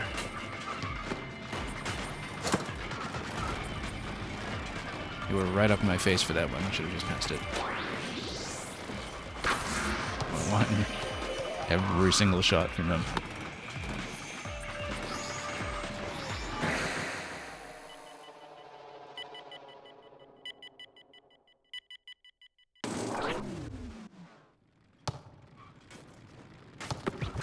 Yeah, you really do need to get the collisions down before they take a shot.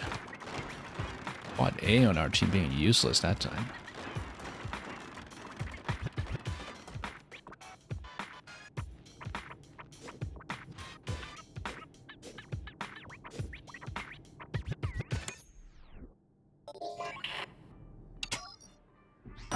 No, no, not level 4. Hang on. I was trying to get level 8 there. Let's exit. We do it. Just click by mistake there.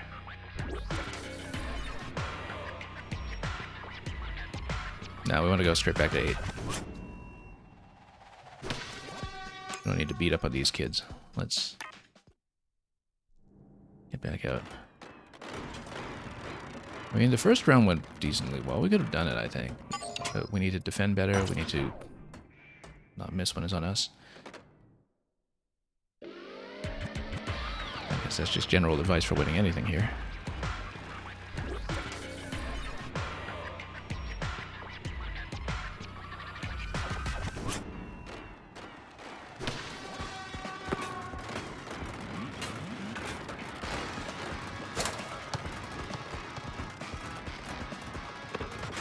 Nope, intercepted. Nope, 3.1, just watch.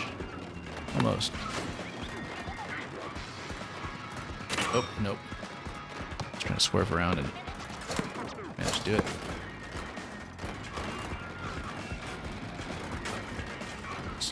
Stay right on him. That did not stay right on him.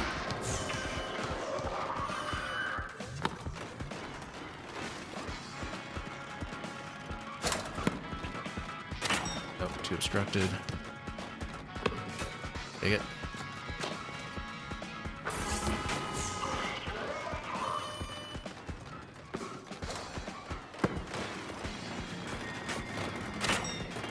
Okay. Everybody got obstructed.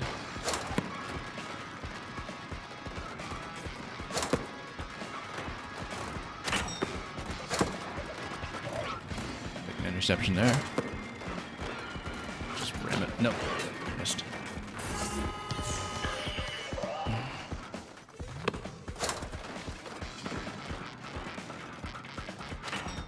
Look at him just all mob that guy. Just wow. And okay, he still got it. That's fine. So yeah, I guess for a game like this, we, you know, hang back and try not to be dead weight. 3.1, just watch.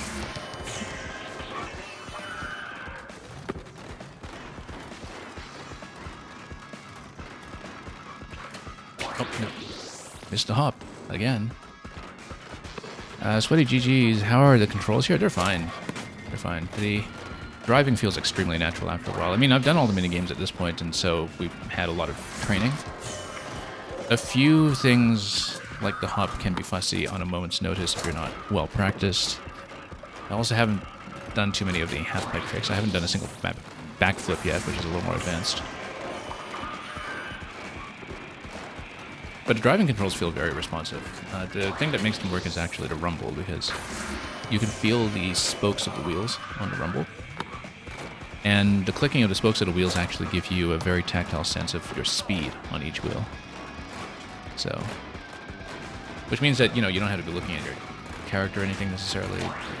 You can get a sense of where you're driving just by keeping your eyes on the camera and watching the playing field and so watching the court. I'm trying to beat the high-level bots because those are the remaining trophies I have, all the minigame trophies at this point. But the multiplayer matches are great, especially when you get a 3-on-3. 20.7, that's the highest team score that we've seen so far. We completely collapsed on defense there.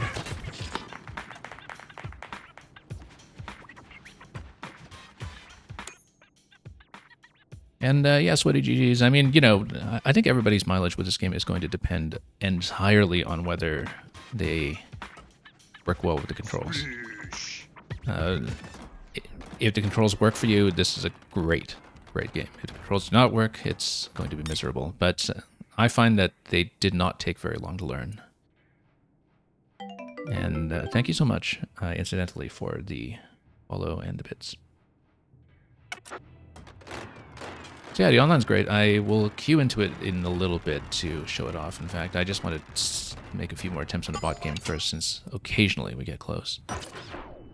And the level 8 and level 9 bots are the last thing we need to do to complete the trophy collection, and then after that there is a secret post-game mini-game that is locked behind collecting all trophies. I have no idea what it is yet. And so there is a kind of decent amount of progression in that sense as well. I mean, it is a very fundamentally kind of party multiplayer-centric game.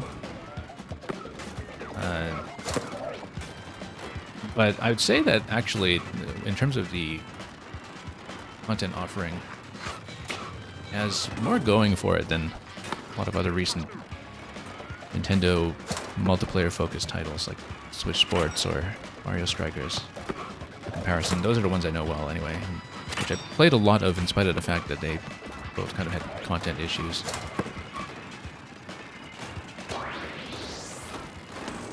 But I've gotten a good amount of mileage out of this. You know, even if I don't play it much past this week, I feel like I've definitely gotten a good amount of time out of it. And it's a very unique experience, too. You know, it's completely unlike anything else when it comes to how it controls. And so there's really nothing that is exactly what this game is. Oops.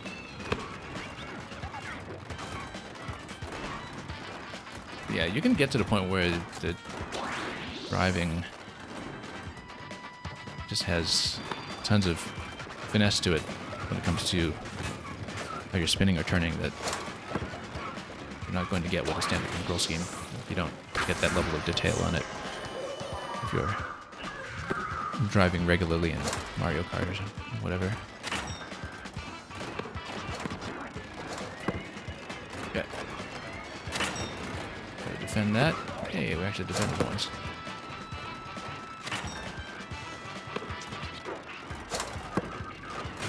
Oh. Crash. Oh, that's gonna go in.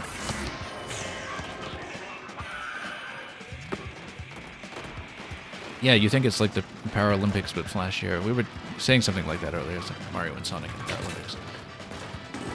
Not that Nintendo would ever call it that.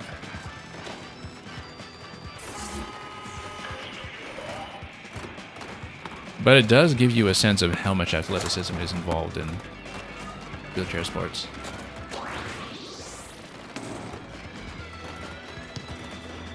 So I'm playing this with the controllers on my legs, actually, like on my trousers at the surface. They work really well for fine-pointed motions there that don't wreck your shoulders. I would strongly suggest playing that way rather than trying to play on a desk or anything like that. In fact, from having tried out a couple of different things. And that's how I've managed to play comfortably for long stretches at a time. Is that if you find a comfortable way to hold the controllers, then this works really, really well.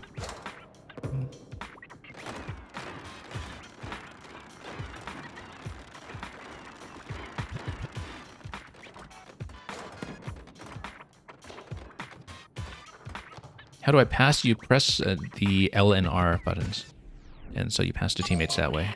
It just kind of detects the nearest teammate in terms of your angle, and then it passes towards them, and the pass can be intercepted.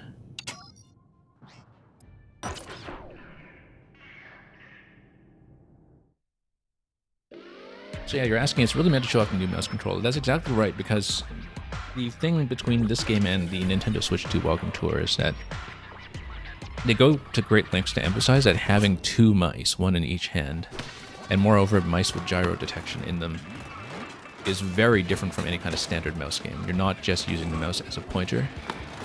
You have many possibilities that are completely novel. And oh, go for it. Oh no, that guy's totally blocked. Yeah.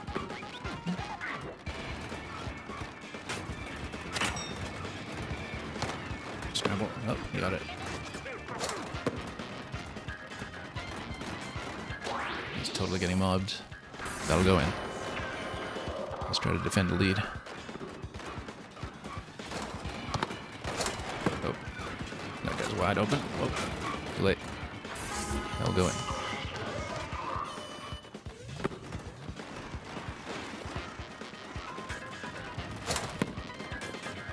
You're open. Take it.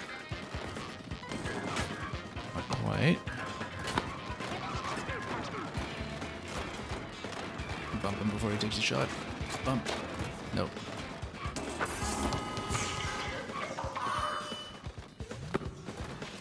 Okay. Falling a bit behind now. Kind of have to defend one of these. Have a basic shot, I think. Whoop. Yeah. Swerve.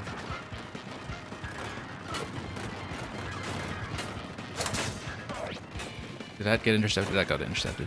Oh well.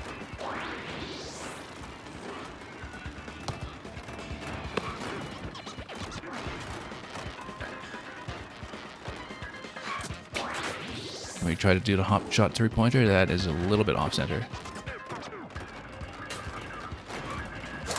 Probably shouldn't have taken that risk. We don't need that many points to catch up. So we have possession. Don't have possession. Shot. And that was an attempted dunk. It totally whiffed. Okay. Get a steal. Yes, we did.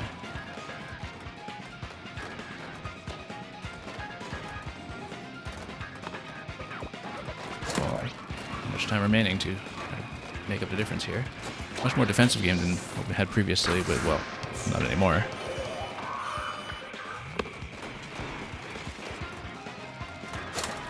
Okay.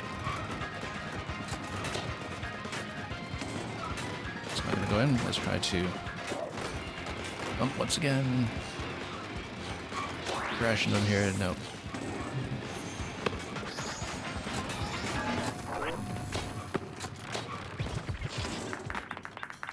We're getting slightly better at trying to pull off some of the scoring.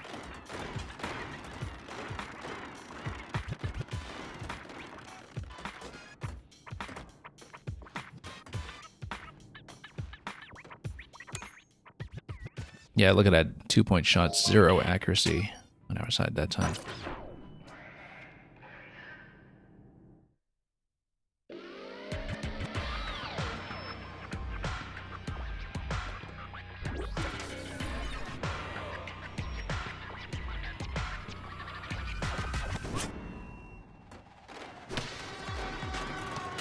Nope. Slow there. No, he was completely unblocked, so that's going to go in. Yeah, at this level, the bots, if you don't bump them, they will land a basket. So. Our teammate got the super trick, though. Okay, sure, we'll just let you do your work and hang back and not get in the way. Yeah, that kind of 3-on-1 on all sides does very successfully defend. It's just that if they manage to get the ball out of there, then maybe that's not so successful. Just hang back until we can ram one of these guys who's about to take the shot. So, and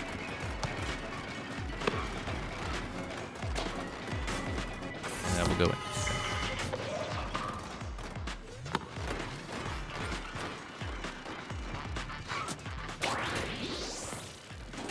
Got it, 3.1. We've been looking for one of those for so long. Oh, this guy's gonna sink one though.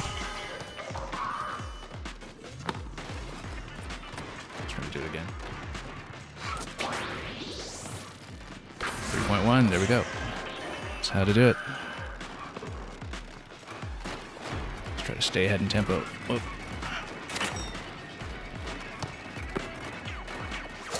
Stay open. Pass. Oh, taking too long for the shot there.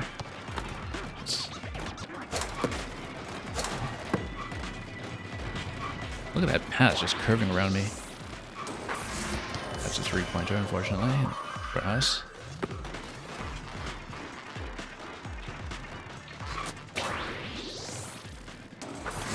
Hey, look at that. We've been landing a couple of those now. As long as you're kind of dead on target, heading straight, those actually do tend to land pretty well. Yeah.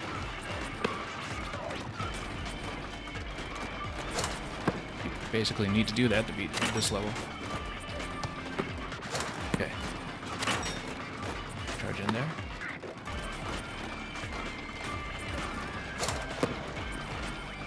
Oh, it's gonna miss. That's a draw so far. Nope. Was he gonna intercept? He is gonna intercept. That's bad. That's straight up blocked there.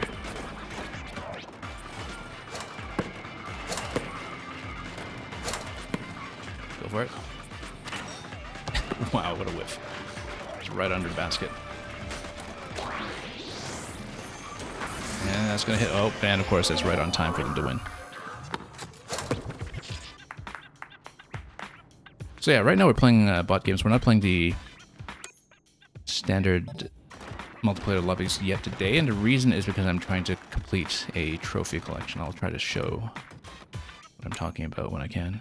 Look at that, we had 100% shot accuracy that time. We had 3 of those trick shots, and still we lost. So yeah, I'm at 19 out of 25. 16 of those are the mini games. We finished all those. 3 of those are these trophies here.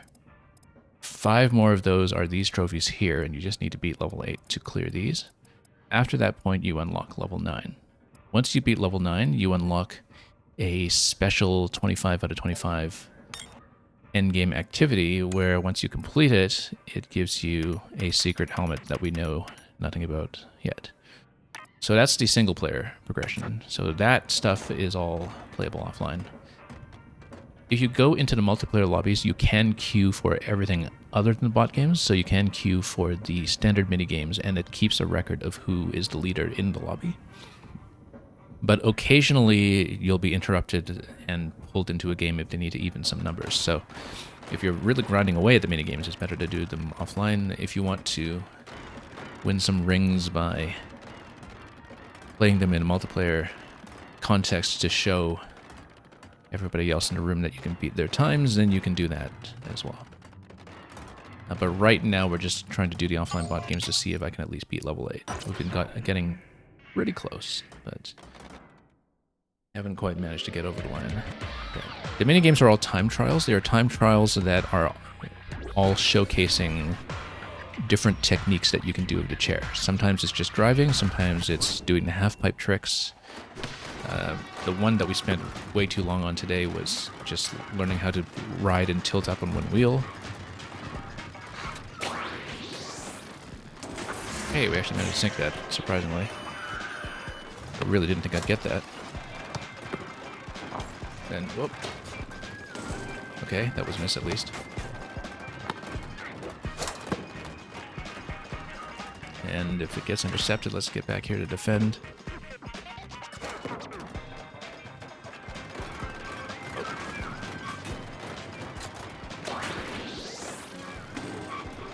Okay, that was out. Pass it on to me, come on. Nope, or not.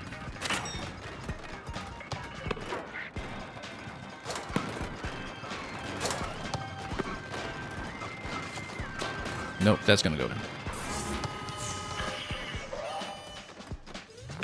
Okay. Oh, no. Totally got intercepted that time. Just gonna swerve around it and just had no chance. Okay, bump it out. Oh, okay. To me? Alright, we'll take it. You. Take the shot. Nope.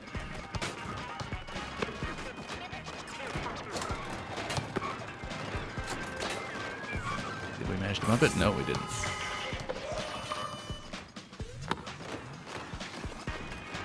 Let's go for a funny hop shot this time. Oh, no. I missed a shot completely. Just didn't get the movement at all. We were too far out anyway. I was hesitating a bit on it and just whiffed it. Ooh. Okay, falling pretty far behind now.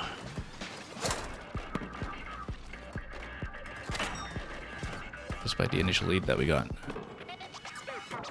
Look at that flip. Anyway, our teammate's going to get it. That's fine. It'll close the distance slightly.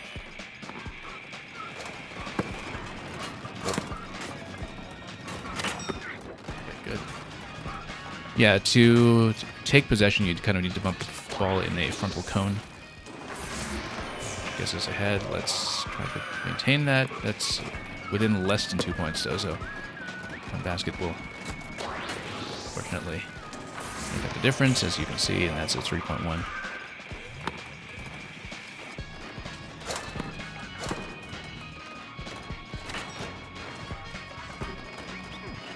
Then let's try to defend. Whoop. That's not gonna go in. Okay. Yeah, as long as you bump someone who's trying to shoot it. Oh, yeah, we're way off the timer though. We're getting closer. That was within 1.2. We're defending better than we used to, even though we're still letting too much get around us.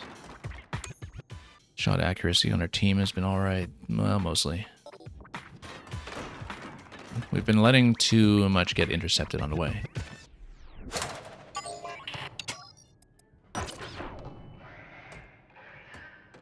Yeah, we managed to beat level 8. I'm not going to do level 9 right away today. We'll probably do the multiplayer lobbies first.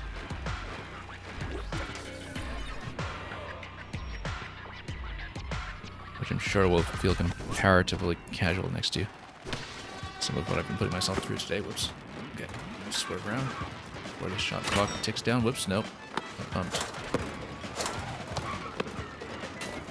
And that's going to not be completely obstructed, but it will miss. Good. Okay, nope. Thought our teammate had it. Oh, nope. I thought our teammate had it again, and we didn't. Okay.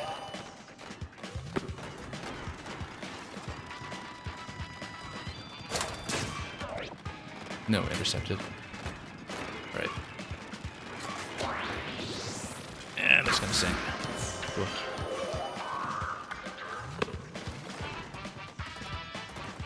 And yes, what are you saying? It's bedtime for you. You have a good sleep today. And thanks for coming by. Oh.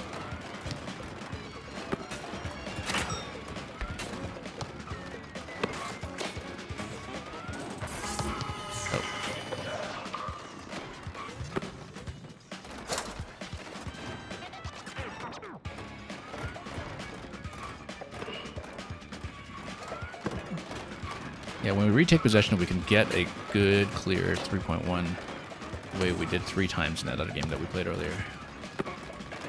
And that would be the way to just close up the score a little bit. Let's score our bot teammates a bit if we can. Oh, getting a hop. And a hop input is... I mean, we did it reliably enough to do the jump rope 100 times, but when you're in the middle of some other movements, it can be difficult to pull off on an impulse.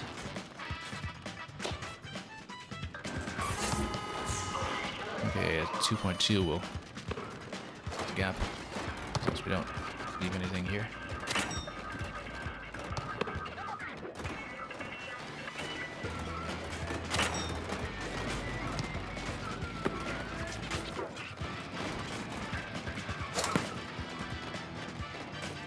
Pretty good maneuvering from our team there, but it will be largely obstructed.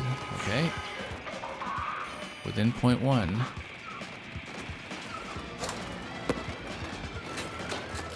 Just bump that. Scramble. Nope. What?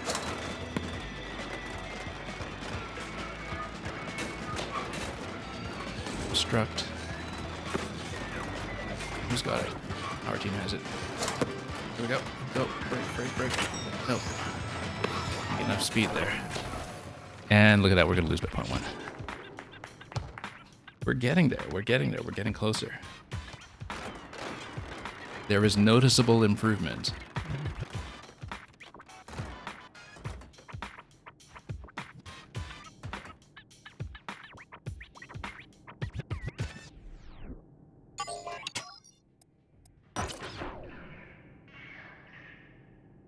Anyway, Yeah, you folks are saying that you should be asleep. Well,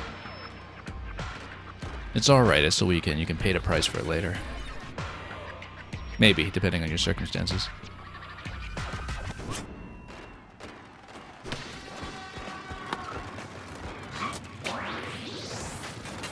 Oh, that's too bad. I was hoping to just develop a huge lead immediately. And it was such a good shot, too. We had the bunny hop shot that time, but just didn't manage to do much with it. The bunny hop shot seems to be the best that you can do, 3.1. I don't think there's a way to do a 3.2. Nope, intercepted. Was trying to pass it to a teammate. That did not work at all.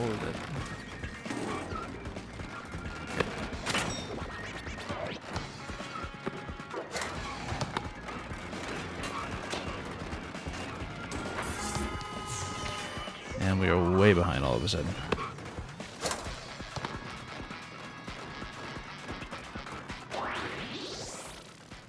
Wow. Didn't think you could sink one in that distance. It's a really powerful lob.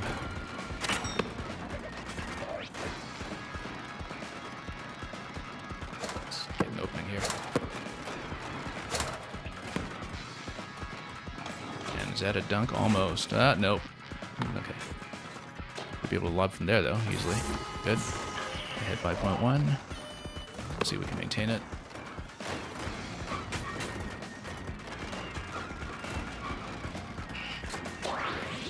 Oh, he's going to head right on over everybody's head. That will be great. Missed the hop once again.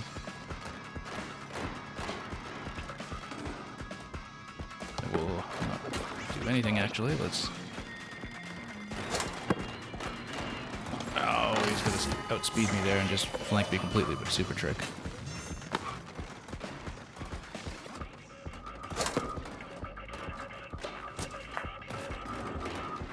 Yeah, we need to really figure out the hop shot. We had it very consistently in an earlier game.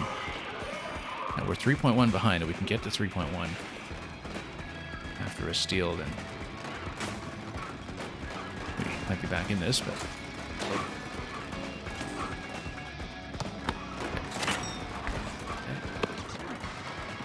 Let's move around. Some speed. You know what? Let's just take the 2. Only 20 seconds, though. We probably should have gone through 3.1 there, to tie things up, but... Oh. Okay. Got a steal.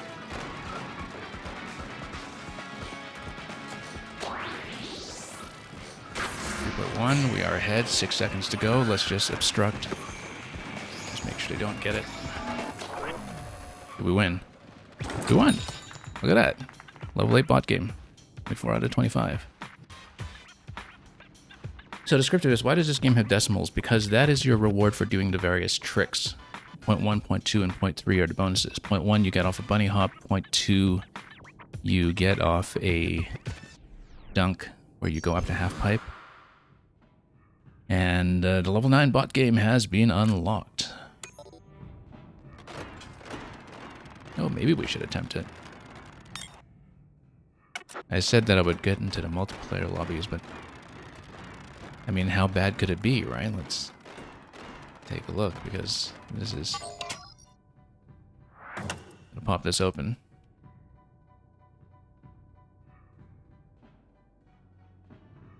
So yeah, there are 3 grades of tricks, 0.1, 0.2, 0.3.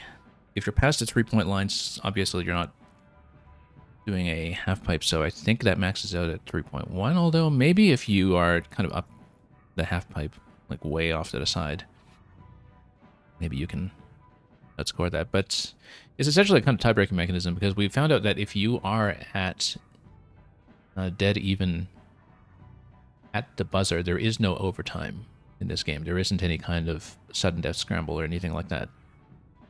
You win, or you lose, or you draw. Yeah, let's try it. I don't think I'll grind it out necessarily, but I want to see how bad it is and how much harder it could be than number 8. Because like I said, there's this, and then there's the 25 out of 25 challenge, whatever it is.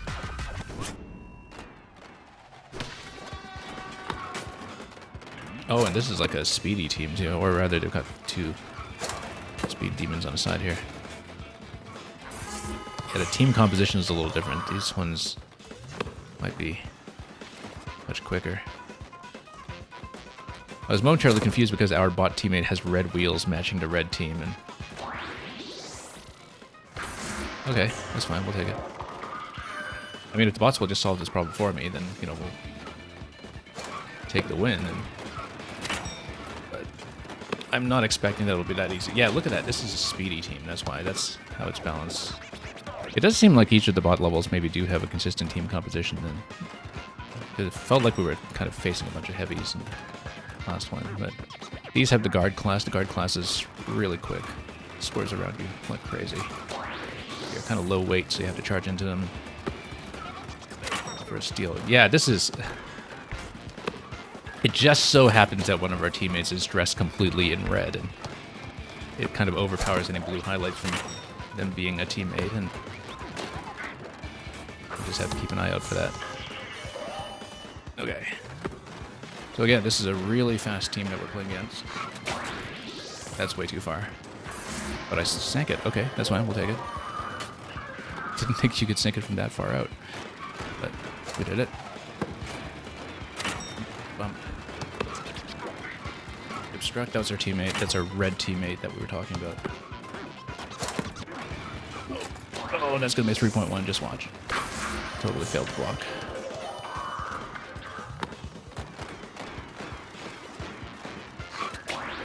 Oh, missed a hop. Yeah, that's the hop, but again, tricky to do it on an impulse when you've got so much driving going on. This red bot teammate is really throwing me off. Even though... I mean, maybe that's part of the difficulty. Is that it's extra visually confusing. I don't know if it's consistently the case like that, or if it's just completely randomized, but... Okay, sure. We're still 4.1 behind, though, so that's... not enough to close the difference unless we can get some steals going. Okay, obstructed. Oh.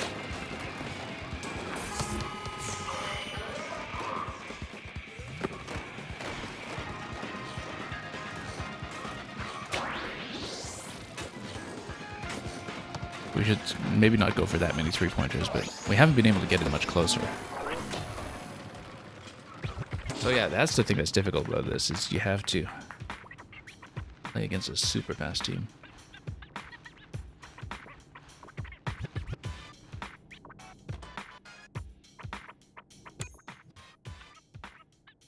I think we'll grind it out next time. I think that's... It might make sense at this point to get into a multiplayer lobby instead. Also, we've been playing forward the entire time at release. I played around with guard and with center when we were in the pre-release demo, but I haven't used them that much over here. But yeah, the thing that's tricky about level 9 is that it's just guards that swerve this way and that. We should play guard for a little while, actually, because we have developed a bit more finesse with the driving, and so I found that in the pre-release demo that I was having trouble with some of the turning accuracy with the guard class, but we've been practicing so much that maybe we'll be fine. Descriptivist, you're going to watch the Disco Elysium Investigative Journalism 2-hour video. I haven't heard about that. Is that about how the developers fell apart, or is that actually... like I said, about the making of the game, or the fallout from the intellectual property situation with the game, or is that something else entirely? Because I haven't heard about this. Anyway, let's get into a multi-lobby just to cool off a bit with something possibly easier than what we've been seeing. Also to show off the bunny helmet, since we haven't displayed in its full glory to other players just yet. Also, the guard class might be better for some of the racing or scramble segments anyway, inherently, just from speed. Unless you get bumped around a lot by the heavier builds.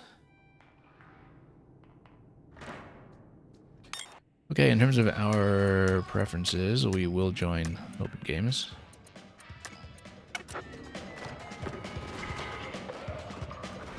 And we'll just watch this one that's happening in the meantime. While we wait to join the next match. Where are the cameras? The cameras are here.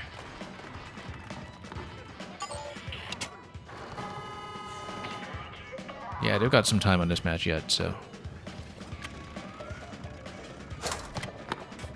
We've got all the different player cams that we can switch to. Drone cam tracking the player.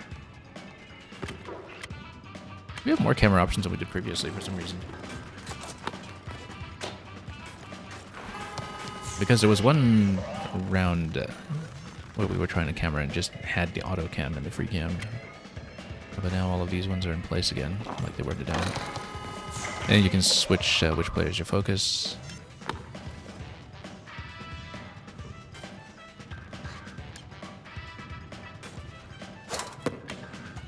Then also just have the free camera, which is 2 axes using mouse controls. Takes some getting used to, but it's intuitive once you see that one is pan and one is dolly. Pan on the right hand, dolly on the left hand. So if you are an experienced camera operator, you can probably do quite a bit with this. Get right up to the action.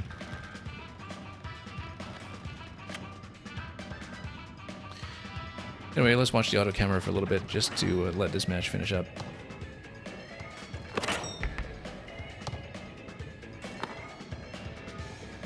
And he passes it to the guy, and I was going to say boom goes to dynamite, but I guess that was a bit of a dud.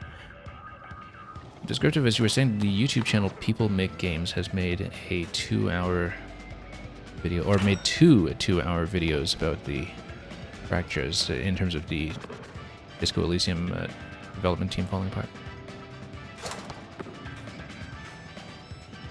Yeah, descriptive as he passes it to the man. And the rest is history.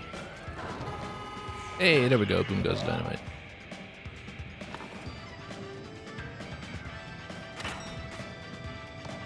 I don't even watch basketball, and I've picked up on that some long time ago. There's something like that in every sport, though. There's always something that kind of escapes containment and reaches some wider consciousness.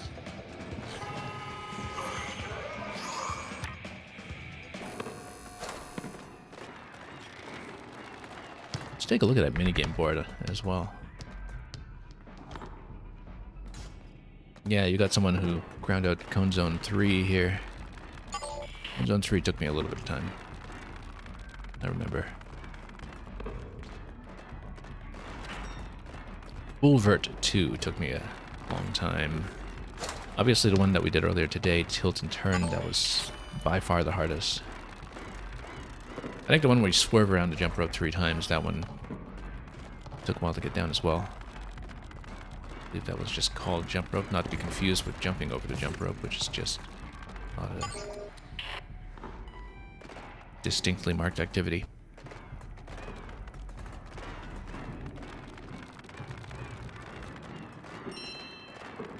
Okay, let's get into a game. Descriptive, as you were saying, what a legend. You wish that guy the very best. It was a college freshman, talk about thrown into the deep end. Yeah, apparently there was some kind of teleprompter failure or something, and I don't know, there was a lot of attention to that back in the day, and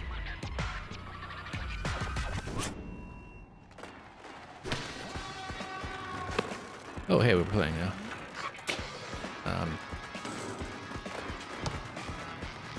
There's so much less pressure now compared to when we were playing the level 8 bots. So much less defense going on. Just take it again and again, and has to do a teammate. Here, take a shot. That's the other thing, is that with human players, so many of them go for the half pipes. Okay, 3.1. I think playing the level 8 bots has made me substantially better at this. But anyway, this is a 2-on-2. 2-on-2 has tons of space. And so a lot of it is just defensive practice. Oh, missed a hop. Okay. Which is why Buddy's going for that. Oh, whoops. Wrong way completely. What is that tilt? That was... Okay, I'm going to go for the steal. Short, let's... Oh. That was a total whiff. That's okay. Everybody needs to practice. And he's going to go for it, but we'll take it. Okay. 2.1 should be easy. Yeah.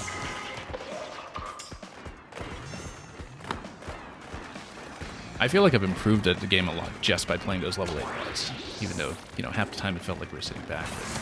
But, ooh, 3-pointer. Look at that bouncing. Very nicely done.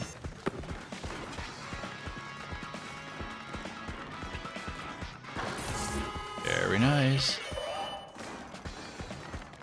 Straight for the dunk. Yeah, my teammate's been going for the dunk every time. Bumped that, but didn't manage to regain it.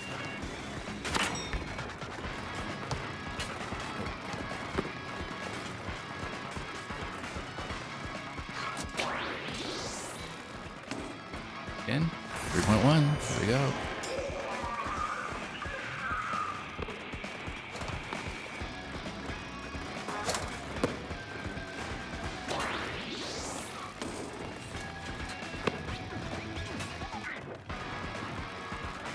I'll just hang back for a moment in case of a steal. Just let him toss it. Let him toss it again. And we'll just wreck the other team this time. And yeah, Descriptive has enjoyed your Disco Elysium drama time. Whoop. Okay. Quite managed to get that. Yep. Trying for the buzzer beater there. That actually hit the rim, so. Basketball boss, there we are.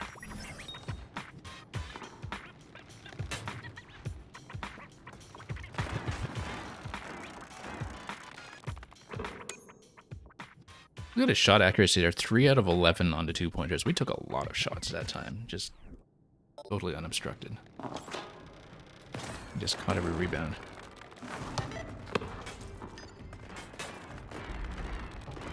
But yeah, I'm beginning to see now that the bots were actually good training.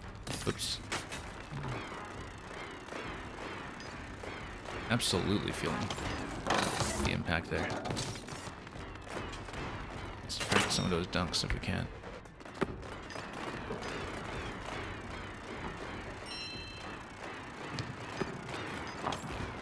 Oh, wrong way.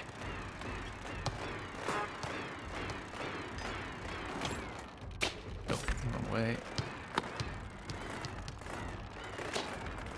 Yeah, depending on where you go up the pipe, there is a particular technique to which way to take the camera, I think.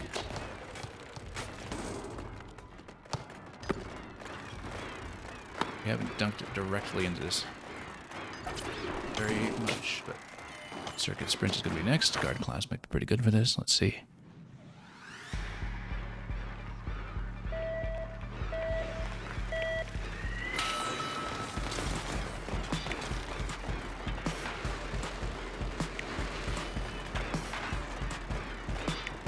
Listen straight off of this.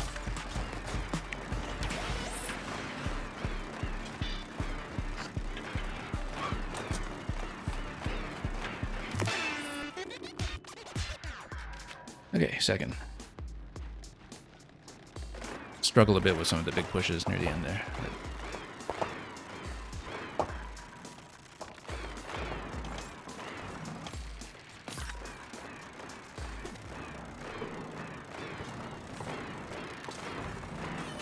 After a little while, you kind of learn how to do subtle turns while maintaining speed.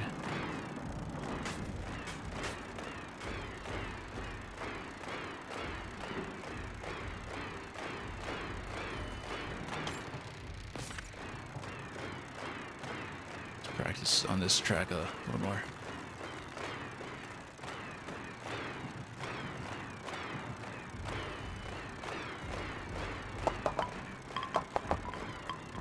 I was kind of surprised the bowling pins were not themselves any kind of game. The other side's still going here. Let's check the clock, perhaps. Oh, there's no clock. They're just messing around while waiting.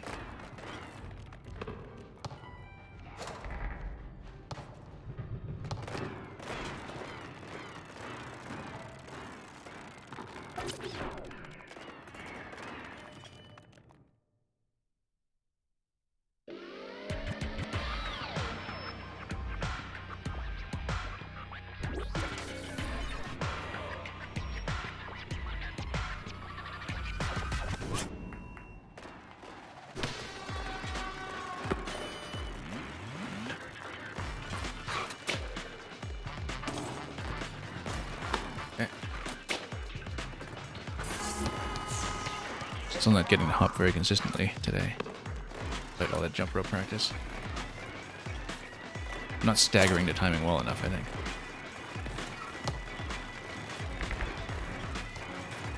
This is mine by possession anyway, so I'm gonna lose it. I'm gonna take it. Well, my teammate's gonna take it. Okay.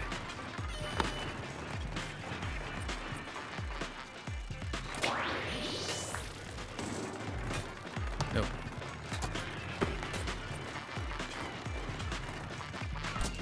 There we go. No. Finally.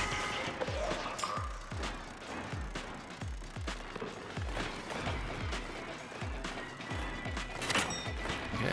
I'm gonna steal it.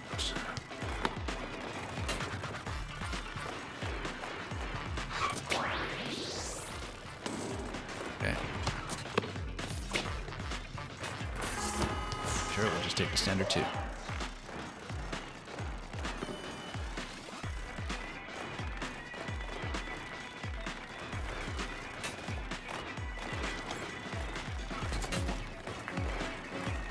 Try to obstruct this as much as possible until the shot clock runs out. There we go.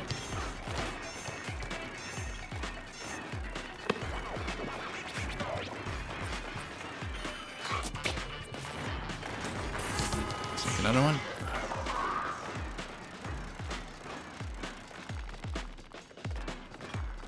Yeah, I can't believe how much that practice is paying off now, actually. The improvement has been very noticeable. Now we're in.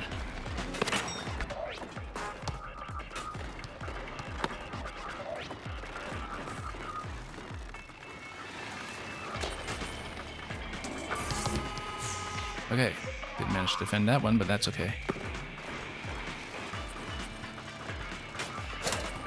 Take it. Oh, just take it, come on.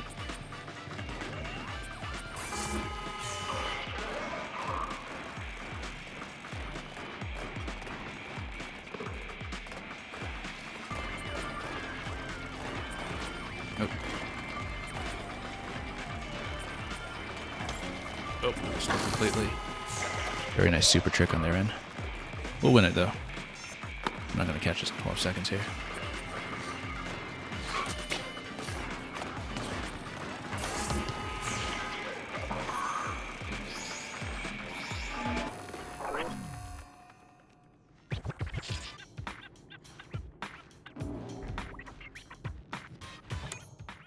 Pretty decent shot accuracy that time. Not so much from its 3-point location, but we just got lots of offense down.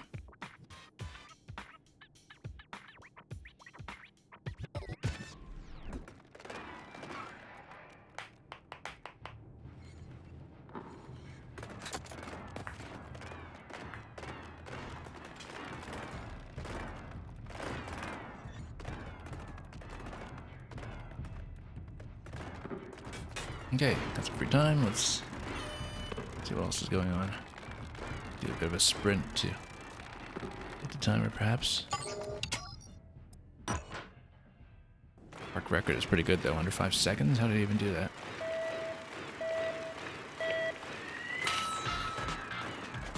Oh. Well, you have to go straight, first of all. That's kind of important.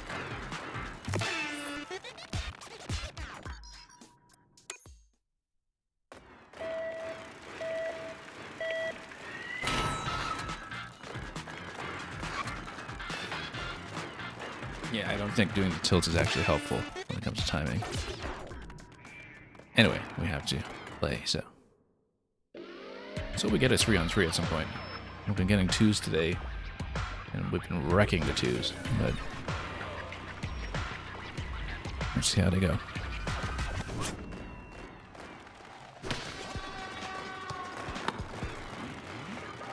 Oh, nope, swerved a little too far that time.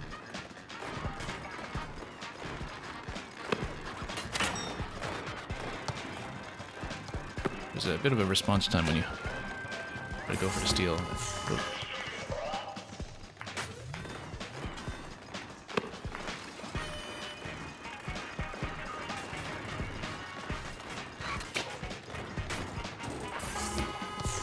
Okay.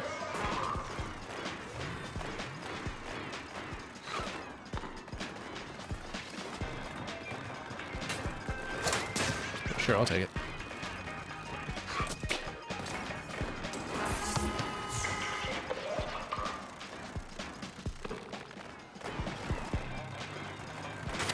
Well, and we should be able to steal it. So, not quite.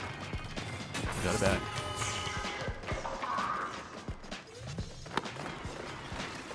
Oh, nope. Thought I could just weave through. Actually, we'll be pretty close to it. Oops.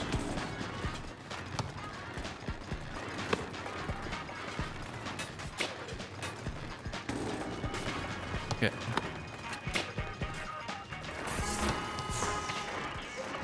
One of those was eventually going to go in.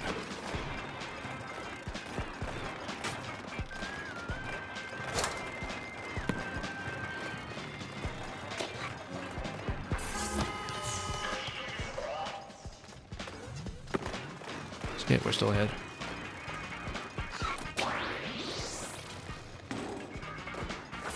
Missed the hop, but got the basket, so I couldn't complain about that.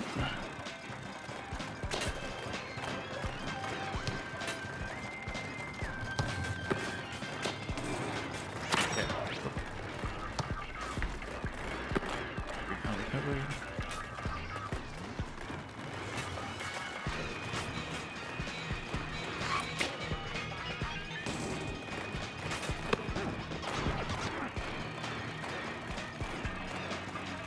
Yeah, actually, we have enough finesse over the control now that I'm enjoying playing the high-speed play of the guard.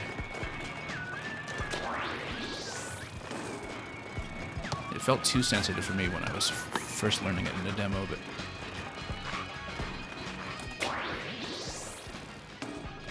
now we're at a point where I can actually make use of it.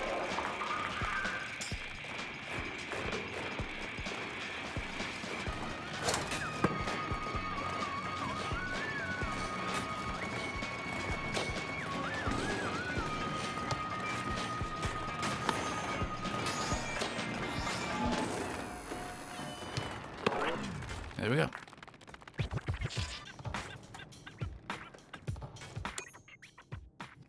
Doing all right. Yeah, if we can draw at least one more 3-on-3, that would be ideal.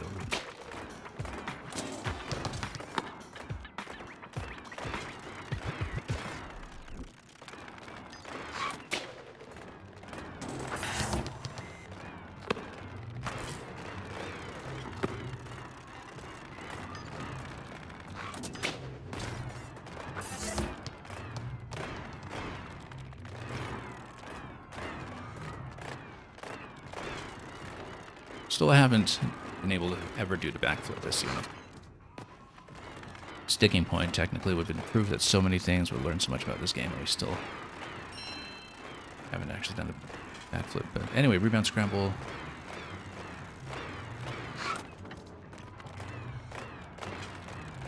Yeah, there's some kind of staggered kind of bunny hop input as you go up the ramp, but no backflip for us yet. Anyway, let's go for it. Oh. Pretty close. Right into landing zone. Should have hopped for it if we were able to do it on a moment's notice.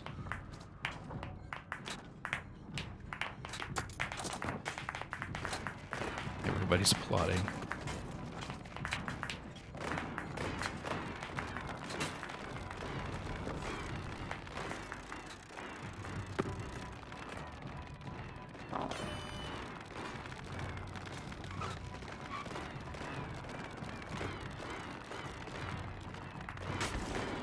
Haven't seen anybody else sport the bunny ears yet.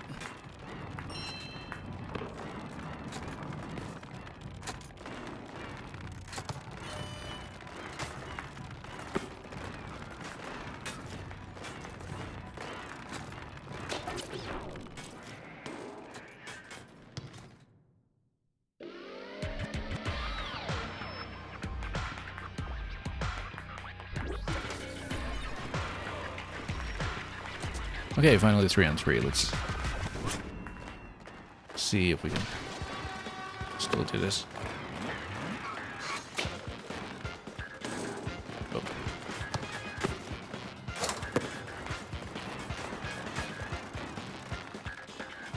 Come on. Take a shot or just pass it. Take a shot, not quite, too obstructed.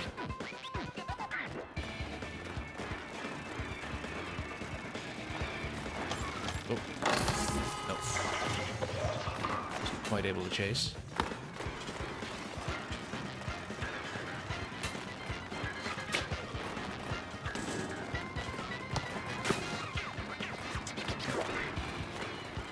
Pretty clean break over there. And he's going to go straight for the dunk. But miss. Do the 3.1. Quite, but we'll just go for a 2, but not quite, okay.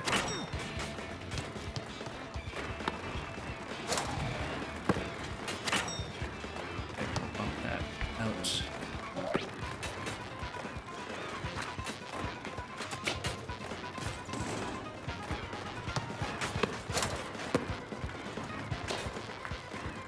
Not quite yet, but gotta scramble up here.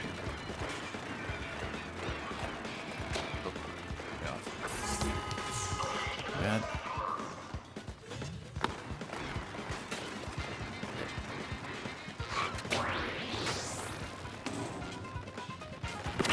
Missing the hops, that's the issue. Very nice.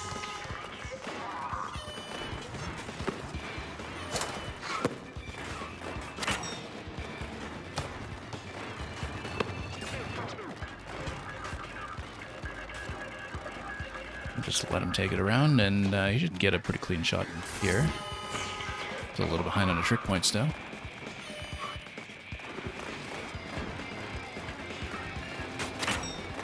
Okay, it's going to be a steal. Good.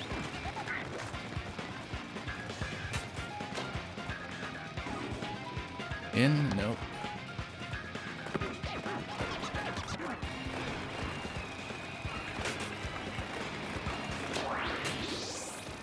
Ooh. What a sinker over there.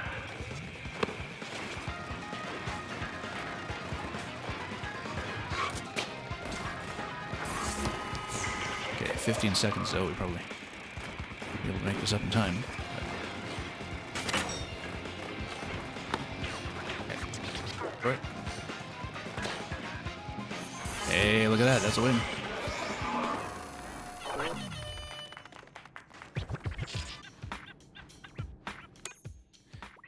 Yeah, that shot accuracy leaves much to be desired, but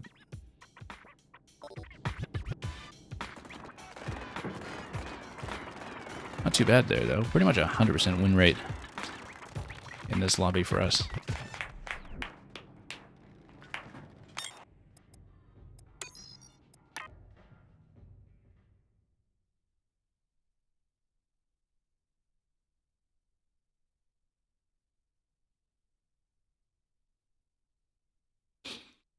I think we'll retire on that for today.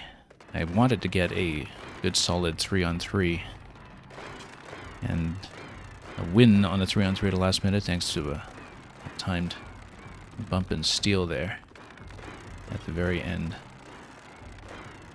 But yeah, actually practicing against the bot matches I see has really kind of immediately made the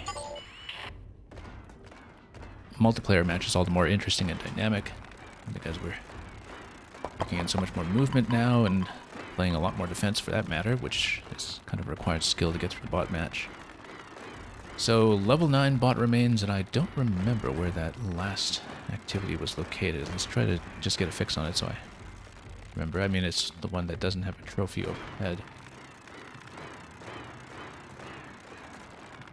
Just can't remember where in the park the starting point for it is, so we'll just drive around looking for it. So it's the one that's marked with question marks and a 25 out of 25 trophy requirement, or you can even open it up.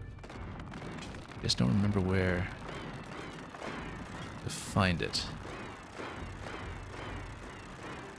Just scan everything off to the side until we have it pop up.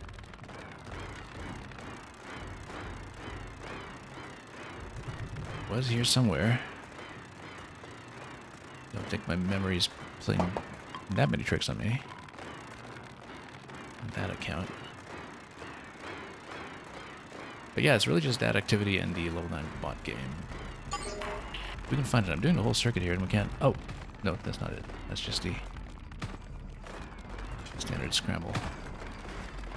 I kind of suspect that is actually just a time trial over the entirety of the full circuit, because that seems like something that naturally belongs here, and yet, which hasn't been activated yet. And it just makes so much sense that something like that would be the in-game activity. I don't see where the starting point for it was, though. It's the one thing that we don't have a trophy on. You think I'd be able to spot it? Oh well, I can look over my previous video footage of when we found it last time, I guess, but it'd be nice to know where to look for it afterwards when we do eventually unlock it, since it is hanging around and on the outskirts somewhere. Just can't remember where to activate it. Wasn't by the tutorial area, I don't think. And yeah, look at this. There's this whole thing here too that goes to the upper track, which maybe some kind of trial in its own right. Have to do some kind of climb with the bunny hop momentum, which is difficult. There's some kind of massive endgame course, and that will reveal itself at some point.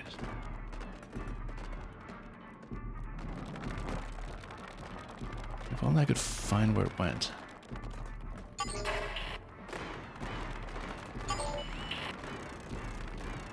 Interestingly, you can just practice to rebound scramble offline, it seems. Maybe. Or possibly I'm misreading that. Let's see.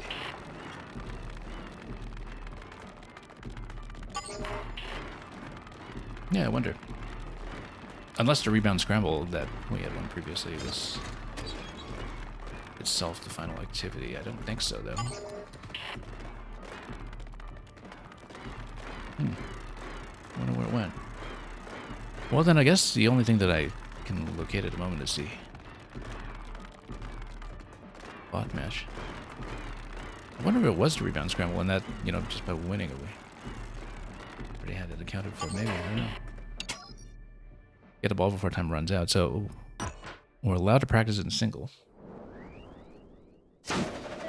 But why? Okay, and there's a timer on it, so this is just a time trial for us. I don't know.